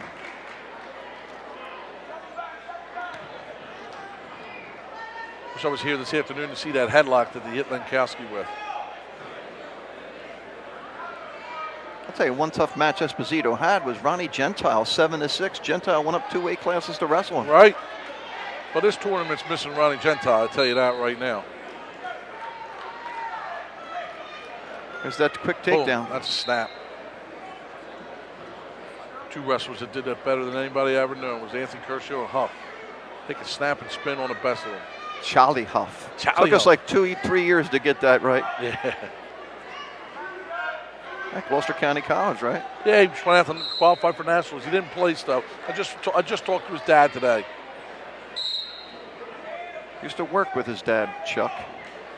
Yeah, he's a good man. He's a good family. 2-1 Esposito. Under a minute left, first period. Man, he's Another tough. takedown. Yeah, he's tough. I'd like to see what that Clagon looks like this year. Yeah, I had heard about him. But he Some beat people Huff. He beat Charlie Huff in the semis in Ultimate was that the Rideout. controversial match, was that? Yeah. Or was it? Huffy had 2. –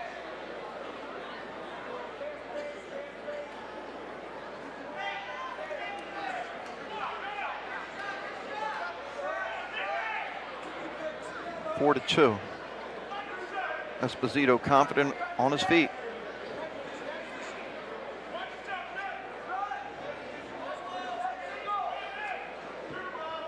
Usually I can look at the weight class and say we got 4 left, 3 left, and now I have to figure it out. Yeah, we got 38, Like 40, 45, 45, 52, and 60, right? Yeah, 3 left.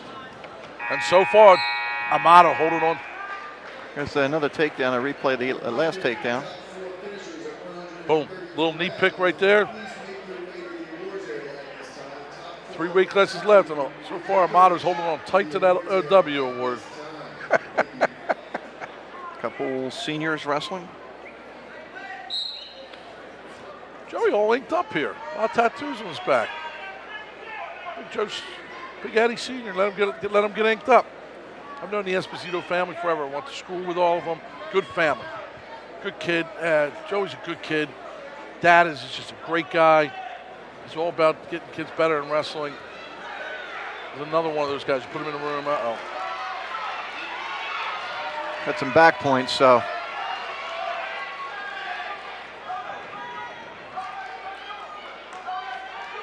Just got the making of us our first big blowout match. I thought it was at 103 Right. or 106 when Gentiles Gentile went up winning it. 7-1. Right.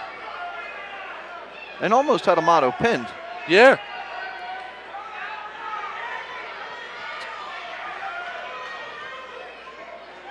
There's 3 back. It's 10-2.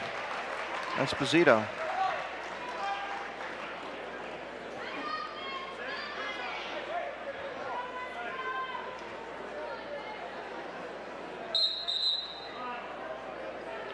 Joey Melchiori in the corner, of course, one of the greatest, if not the greatest wrestler ever to come out of South Jersey. Down at St. Augustine.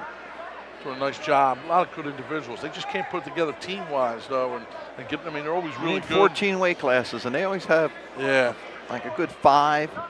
6 kids. I Right. mean, they did beat Paulsboro this year, but that's not the stepping stone Right. it used to be.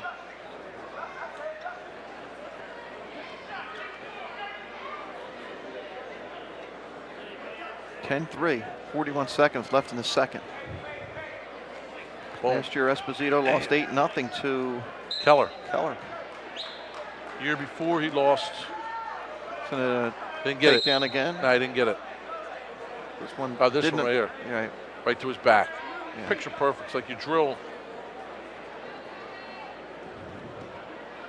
And I don't want a different uniform than we saw in Gattinelli. I like them white ones, plain, and say prep. That's that Highland blue, isn't it? Yeah, well, Highland never went with that light blue. Uh-huh. The old man always went with it. Oh, my God. You see that inside trip? 12-2 or 12-3. You know that written all over it? Big throw, Joe Melchiori. That's what that had written all over it. Big throw, Joe. He would just inside trip people in state finals. Don't call your dad old man. By the way, I'll smack you in the arm there. I didn't call him at all. I called the old man. The old man. The. That's the respect. It's the D in there. He would never go with. My dad would never go with that light blue. No. 12-4, third period.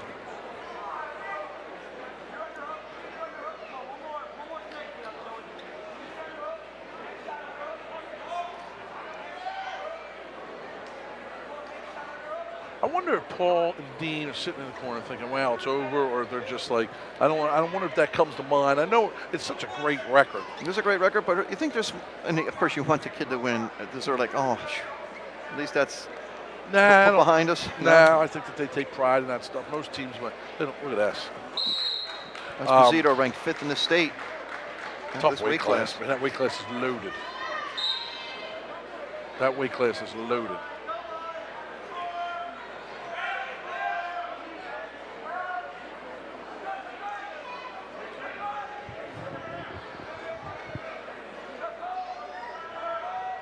Joey he's been in region finals last year with Keller. I think it was in region finals as a freshman or a sophomore. Says second the last 2 years and Yeah. third as a Who did freshman. he lose to at 19? He upset somebody in the semis. A kid from Paulsboro in the semis. I don't know, but Vogue used to bring me the book. Where's the book? I don't have the book. I would have the book. I roll it up and throw it out by the end of the night. I was getting nervous. That's why Vogue let me hold it. Yeah, I get too nervous. Always. Remember when I was coaching, man, I would get sometimes sick with nervous for these kids.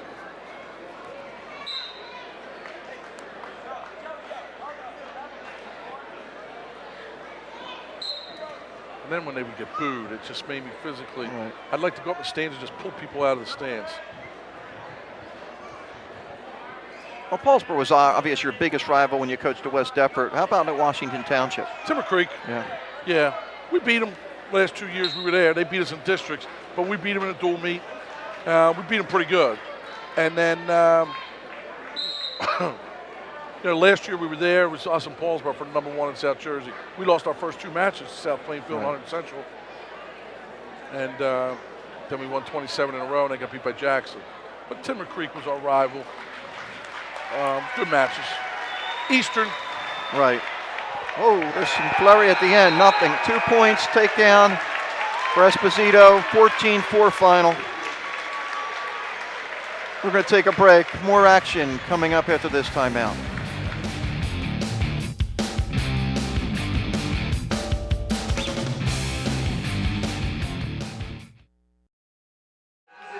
Back at Egg Harbor Township as we go to the place winners No, I brought up state finals, though. at 126. Or I'm sorry, at 132. Jason Cohen of Egg Harbor finishing in third. Henley of Delsey finishing second. Color, Timber Creek with the championship. The third, right? Third for the Creekers.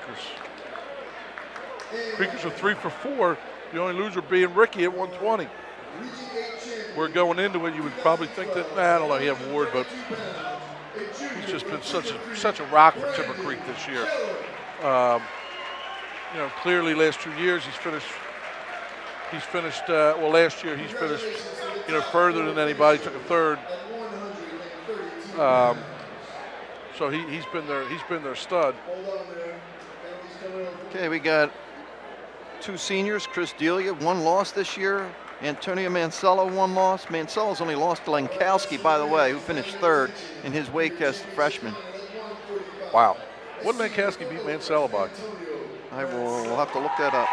and the senior Mondelli, Delia, and Mansella are in the center circle. Of course, there is no score there. There we go. I haven't seen Delia wrestle a lot this year, but I've been following him in the papers. He just looks like a kid that's on a mission. He's just beating kids. Delia's only lost to Alex Richardson. From St. Peter's, right? Or where's he from? St. Peter's Prep. Yeah, that kid's tough. I'll tell you, that kid is he's gonna be in the mix in there. Here they have Miller. him as Lenny, so I'm not sure. My sheet has Alex from the wrestler. This deep kid, I think, went up to 52. He's a stud. So I think Richardson and Sasenko and Miller are all. Miller's obviously the class in the weight class, but do not count that Richardson kid out.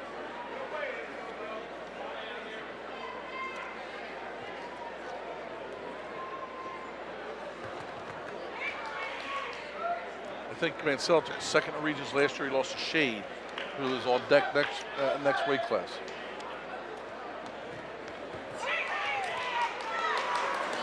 Eight to 2, by the way. Lenkowski beat Mansella. That was a freshman beating a senior. Look at that hips. Look at that by Delia, 2-0. Now 2-1. Delci's looking for their second region champ, correct? Correct. Dubzanski won. And St. Augustine has a chance to win 2. Timber Creek's won 3. Hamilton has a chance to have 2.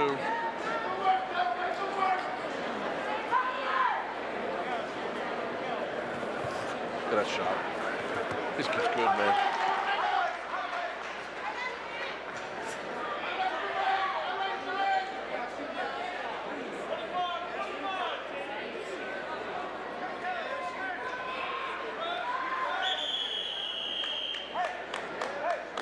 There's that takedown again. Watch his shot.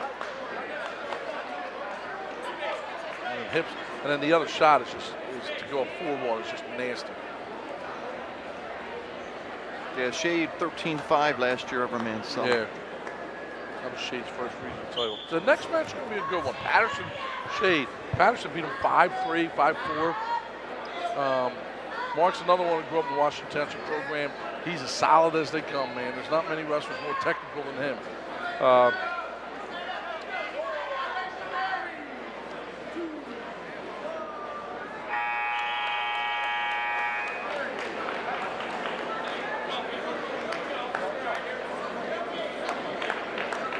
4-1 as we head to the second.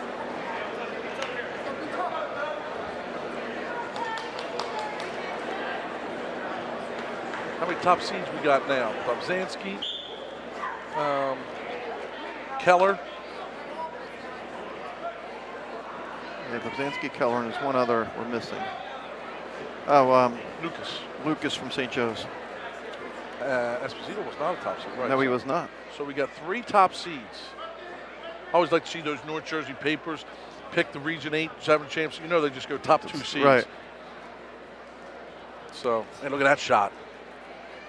I think it's nice.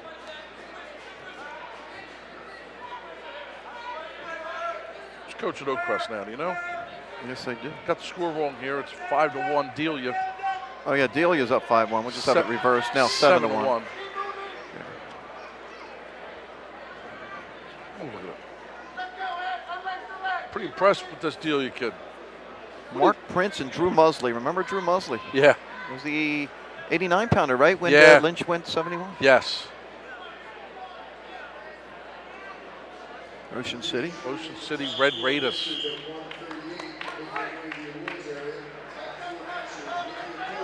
Knees heavily taped, so he's starting to limp on it. Delia putting on a workman-like clinic.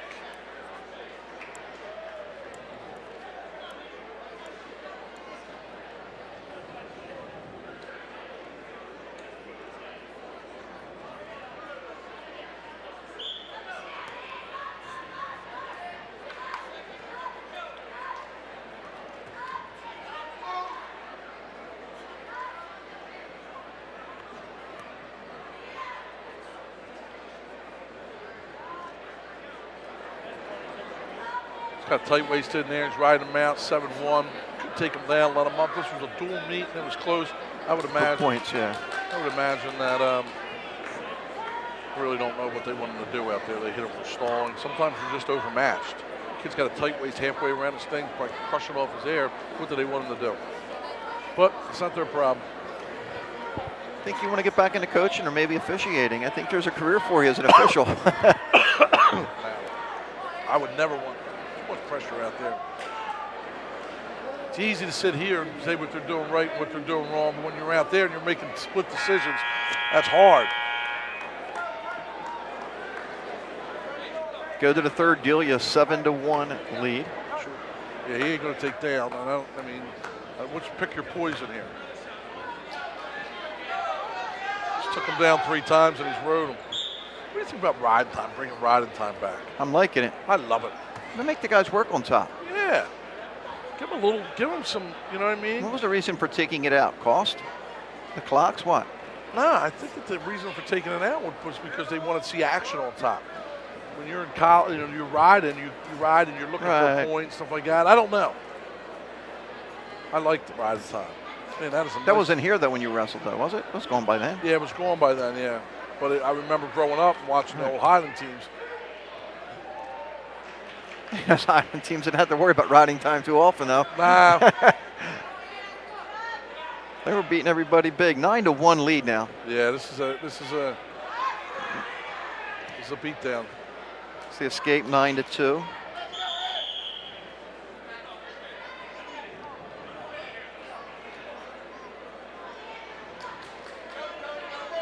Take this outside signal again. It's pretty unstoppable. You know, you talk about Patterson next. That's who he's going. When we see Patterson next, he only has 1 loss. Kid from St. Peter's Prep, who only has 1 loss, who's ranked 5th in the state. Who did he lose to? Cologne? Oh, that's when they were in that brick tournament, and St. Peter's Prep won the first. That brick memorial tournament was a tough tournament, let me tell you. I think Keller won it, right? Did Keller win? Carter did not. Carter got beat by the kid from Ocean. 9-2 here. Yeah. 43 seconds left. A little equipment adjustment.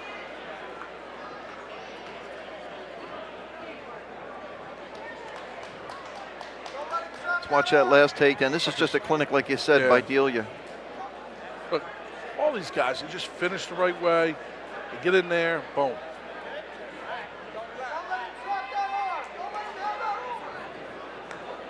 Four-time district champ. Won regions as a freshman, then a second and a third. So he's trying to get back that title he had his freshman year. What are you winning at, 103? I believe so. Yeah. If I had Voge's book. Well. 11-2. He knows when he won. His mom and dad know when he won it. That's important. That's the only thing that matters. Tell you, when I started covering wrestling, Delia was a big Glassboro name. Just like Chiaffi. Yep. Remember the Glassboro teams were tough. They were a lot of times. We talk about this all the time with Bojaning. They were probably the second best Group 1 team in the state of New Jersey. And the problem was they never could get past Paulsboro in South Jersey. Right. 11-3. Delia wins his second region title. Congratulations to Delsey's Drake Delia, the Region 8 champion at 125 pounds, the winner by major decision, the score 11. It's going to be a good match. Our final match of the evening? No, we have 2 more. We have 52 and 60. Makaka's over there. He's warming up at 60. He's a big 60-pounder, man. But I'll tell you what, and Connor Donahue. Patterson's a big 52-pounder. He got a lot bigger. I haven't seen him in a couple years, but he's put together, and he's technical. This is a kid right here in the midgets, growing up in the midgets. He was the man. Everyone knew Mark Patterson. And he is tough. By the way, won his 100th match today.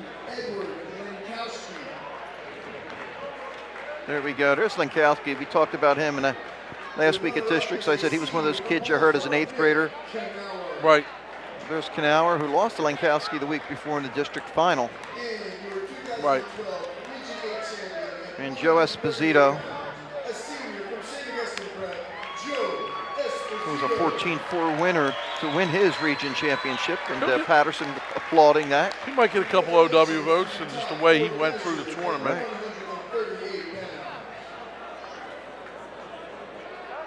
And by the way, Mansella was the higher seed over Delia, so not a top seed winning 3. there. We got 3, right? At 152, Dobzhansky, Keller, and Lucas. Mark Patterson, and a junior Patterson, the number 1 seed here. Bryce Shade, the number 2 seed. 5-3 earlier this year, I want to say, in the brick tournament for a 3rd.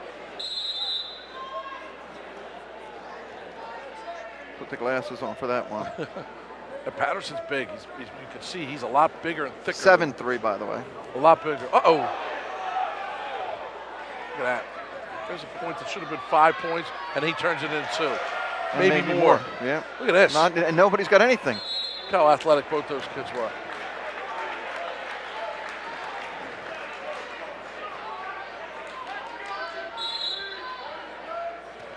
Patterson with the shot.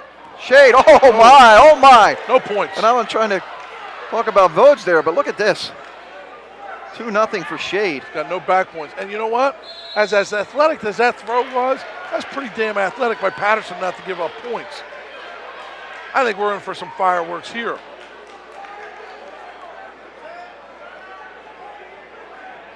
Shade's an athlete. You see the kid play football. Oh, I don't know. Listen, I don't know if either one of these two can keep this pace up. No. Watch this. Watch this. Well, we'll get to it in a second. This is another one of those matches where if you're up 2-0 as opposed to 2-1, it's going to be huge. Uh-oh, trying that whirly bird tilt, or as I like to call it, the Tomasetti tilt. Sure, people don't want to do it, but I just remember Tomasetti did it at will upstate.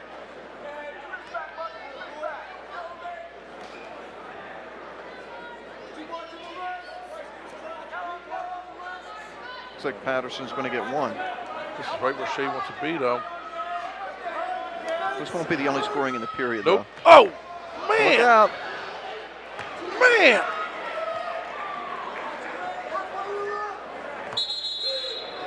One. So we have 4-2. I tell you, Patterson's bringing it. They're beat already.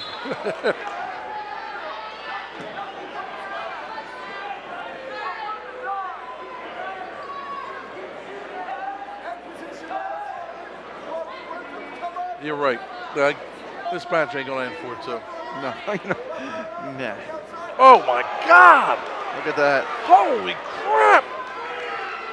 Tim Creek goes over that. Look at Patterson fight off his back. It's just as impressive. That's 5 points right there, right? 9-2. I think he gave him 2 back. It was 4-2. And He didn't give him any back. Oh, there it is. Okay, 8-2. Think Timber Creek goes over that cement mixer? Holy crap, look at this, boom! And I keep saying it because when he keeps giving up points, I'm just as impressed with Patterson getting off his back. Uh-oh, 2 here would be huge. Look at this, did he give it to him? Nope. No. 8-2, that's a substantial lead. So Shade, after getting beat 7-3 back in December, Man, up 8-2. It's going to be a lot more scoring in this match. I don't think it's going to end 8-2 myself. No. I don't know. 9-2. Uh-oh. I tell you what. You're right. It's not going to. I mean, this is not going to be a 7-point match. No, it's going to be close. It's going to be close. Or, I want to add the ER. It's going to be close. I think it's going to be close. Close Not or our- pin? I don't know. I think it's going to be. They're going to. Man, he keeps trying that, and if he hits it, He's got to try that in the center of the match. I'll tell you what. I give him a lot of credit for trying. Hey, 9-2. You got to come back. You're going to need some. You're going to need big some time backs. He just looks like he's. 11-2. Wow.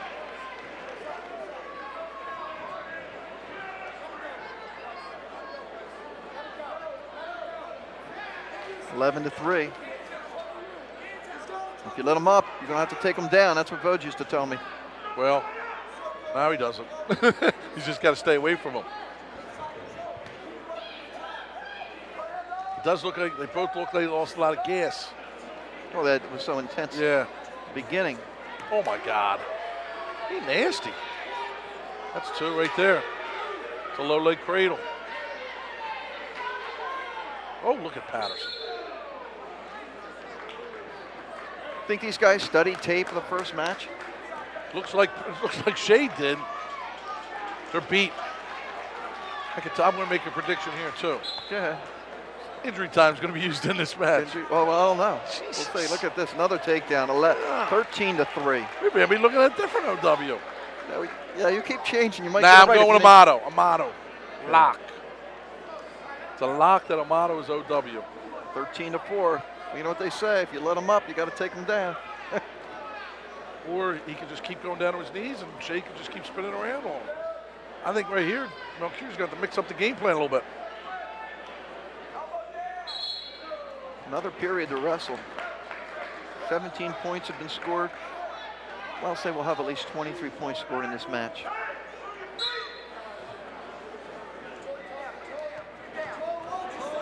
That's over. Broken. That's a pin right there. Maybe not. How about a second title for Shade? 4th for Timber Creek. Patterson appears to be hurt. He broke him. Man, Shade turned down a 7-3 thing. If he doesn't pin him there, he's on his way to tech him. 5 seconds left in the second. Let's see what see what happened to Patterson. Maybe got the wind knocked out of him. Looks like he's hurt. See, maybe got the wind knocked out of him. Let's take a look at the move. He went for the throw, and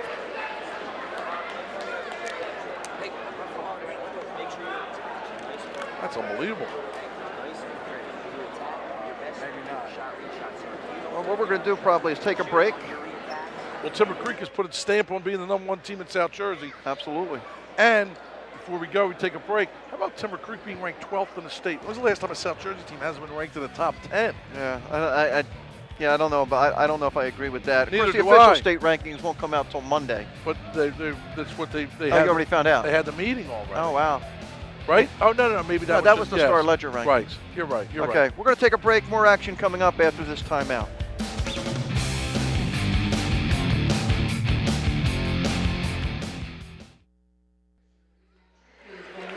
Well, before we get to our last match of the evening, we'll go through the place winners one more time at 145. The first seed goes down again. Another #1 seed, that's right. So Makakis is trying to be what? Just the 4th #1 seed to win tonight. Amazing. I wonder if that's a first. I don't know. How many Gloucester County have? We got Pittman's Neeler and Neeler, we Delia. got Delia, Van Brill, Dubzansky, Yeah. Kaminsky. Nothing from Township. Kaminsky. Kaminsky's West Effort. Oh, I keep thinking Lankowski. Yeah. Yeah, we're going to have to talk to him. Yep. There we go. There's Delia. Hope he's First still place here. Mansell second. Rogeria from Timber Creek finishing in 3rd. Final match of the evening, 160 pounds.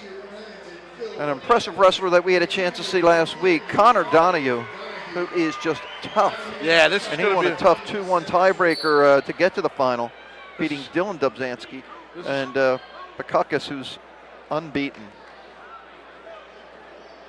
Once again, coaches, this is our last bout of the evening. 37-0. From John Marinelli here at the table, and due immediately after this bout. The region, the seed has him listed as a senior, but my sheet has him listed as a junior. I think he's a junior. Right. No, he's a senior here. I have it. I was looking to get the wrong one. He is a senior. 128 career wins. Donahue's only a junior. Oh, that's what I thought you meant. Okay. Yeah, McCuckers is a senior. And Donahue's tough to take down. Help. Who's Donahue's lost to? Find that out. Nelson, right? Did you tell me last week? Oh, yeah, probably. Oh, look at that. Good points, though. Two. Oh, my God. I don't understand. Either 2 or fleeing the mat, right? I love the fleeing the mat call. You like Sometimes fleeing the mat? I no, like fleeing the mat. It's brutal. It's a brutal call. Sometimes they call, sometimes they don't. If you're leaving, it's either black or white. No, he lost to Rodriguez of Vineland, 3-2 his only loss. That's right. Bonner was the one who lost to Nelson.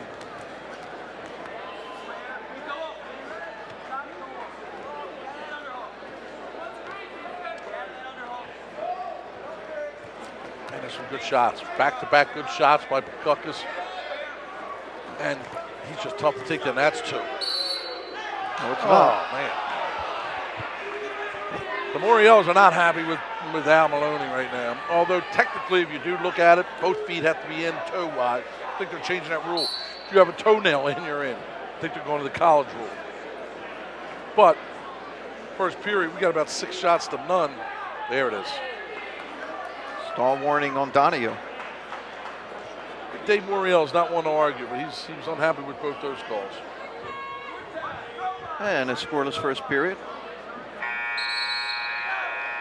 Bukakis with a 17-0 win and an 8-2 win. He's looking like OW if he wins this. Everybody's looking like OW to you. It sometimes punishes the real good wrestlers, by the way, because they're so dominant. Right. It's like they should win. So unless you win like 4 in a row.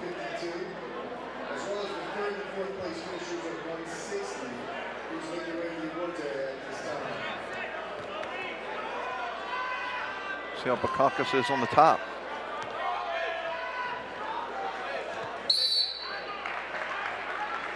Third in the regions last year. I was impressed with Shade. That was an impressive win at 52. Really, really, really impressive.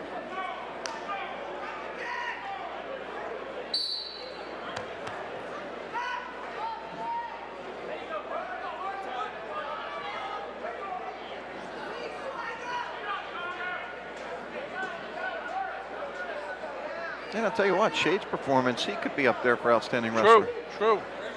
I mean, he knocked off a #1 seed. He pinned a #1 seed. He avenged a loss to the same guy. Correct. But I just think in the fashion that Amato did it, pretty much get dominate the whole match, down 7-1, and then boom, just never gave up, just kept coming. And then kind of like methodically just threw a cement mixer in, where a move that you learn when you're 4 or 5 years old and just forced them over. Yeah. It's pretty impressive. I'm going with Kaminsky. I'm going with Amato. Under a minute left. Nice job by Bukakis on top.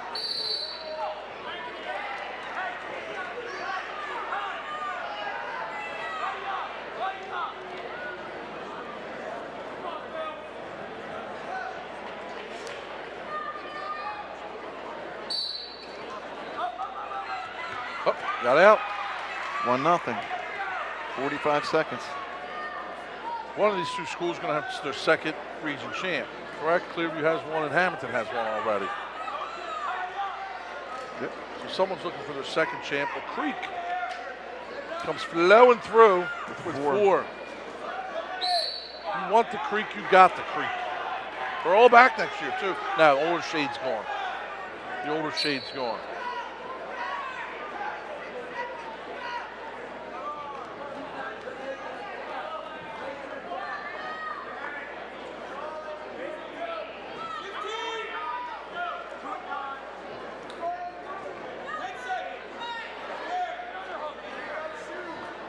We talked about this. Donahue just doesn't give up a lot of points. He doesn't.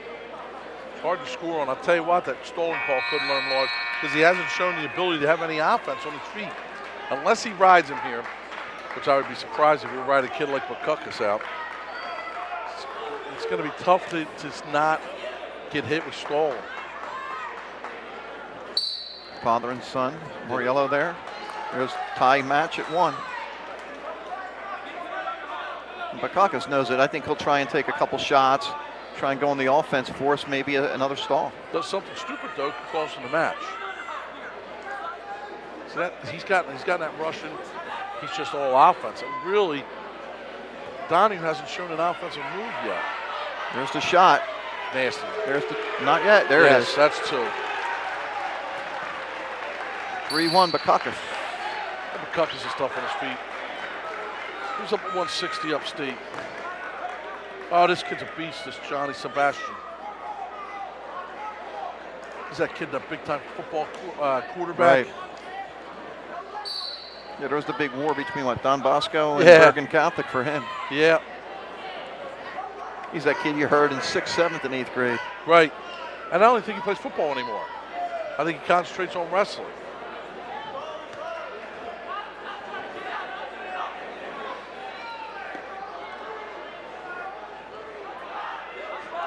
One minute to wrestle here in the third. 3-1.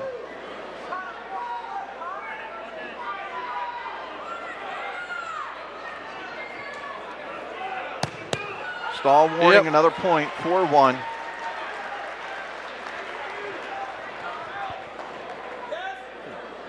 Just talking to Coach Mercurio from St. Augustine, just asked if Patterson was okay. Seems like he was a little stunned. He's okay.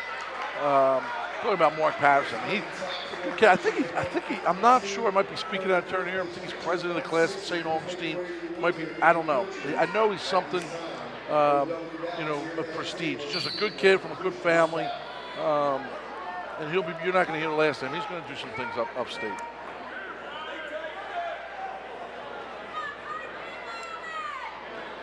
Fans are emptying it out.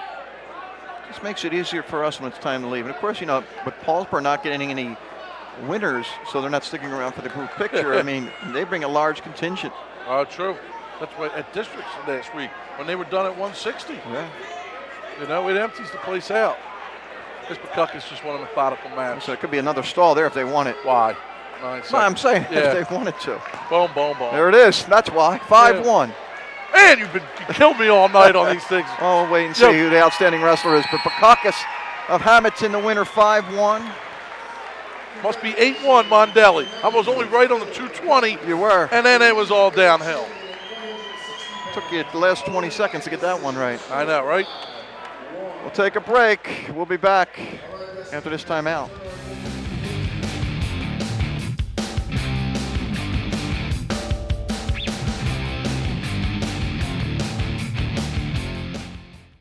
Our outstanding wrestler, Ralph, I called it the whole night.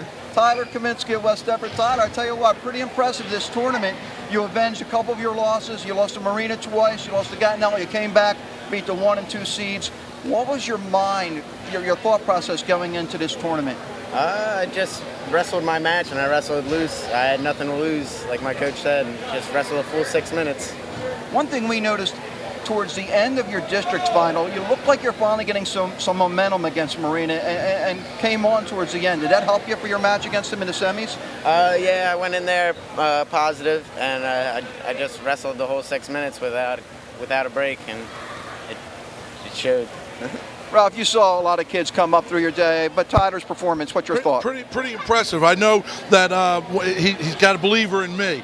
In the weight class that he came through, certainly going through Marina, and then with Gattinelli, I'm sure that no one picked him to win. At the end, when they got that penalty point, and then you had to restart over, and you had to think, well, he's got 38 seconds. If he gets out, it goes to overtime, maybe momentum switch. But you kept your cool. Were you a little nervous there when they stopped the match for the penalty point?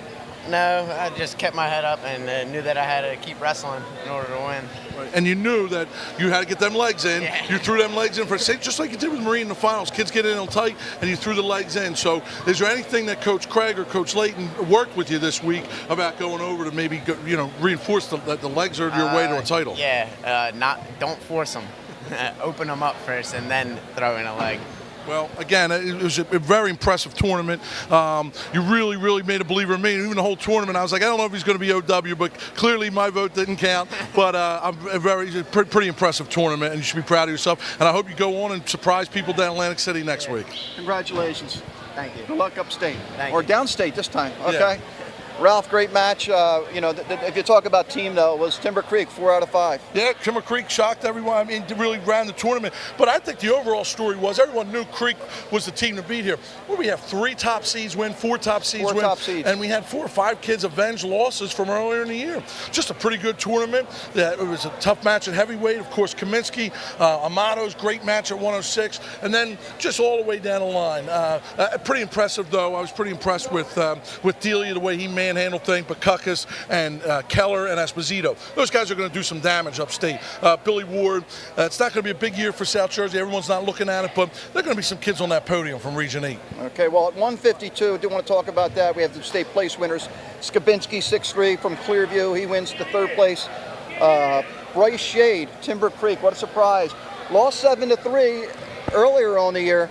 And then we see the presentation, comes back and beats Patterson, pins him when he was up pretty big at the time. Yeah, 7-3 match. I'd like to see how that went because it was one way here. I think maybe Patterson tried some big moves and Shade just out-athleted him, and then it was all downhill from there. But again, you got to give you props to Timber Creek. Clearly came in as the #1 team in South Jersey, made a statement tonight. Congratulations to Nick Catone and the Timber Creek Chargers.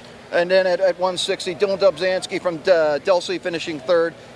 Donahue, Clearview second, and Bacchus undefeated so far going into the state tournament. Pretty workmanlike performance by Bacchus. Again, he's not the favorite to win. There's some tough kids down there, but last time all favorite. I don't think there was ever been a time where all favorites have won the states. Okay, well, it was a great time of wrestling the last couple weeks. Ralph, enjoyed working with you. Vogues, we hope you get well soon. We'll see you soon. For everybody here at the Gloucester County Educational Network and the people at Egg Harbor who let us come in and did a great job putting on this tournament. Thank you. We'll see you next time.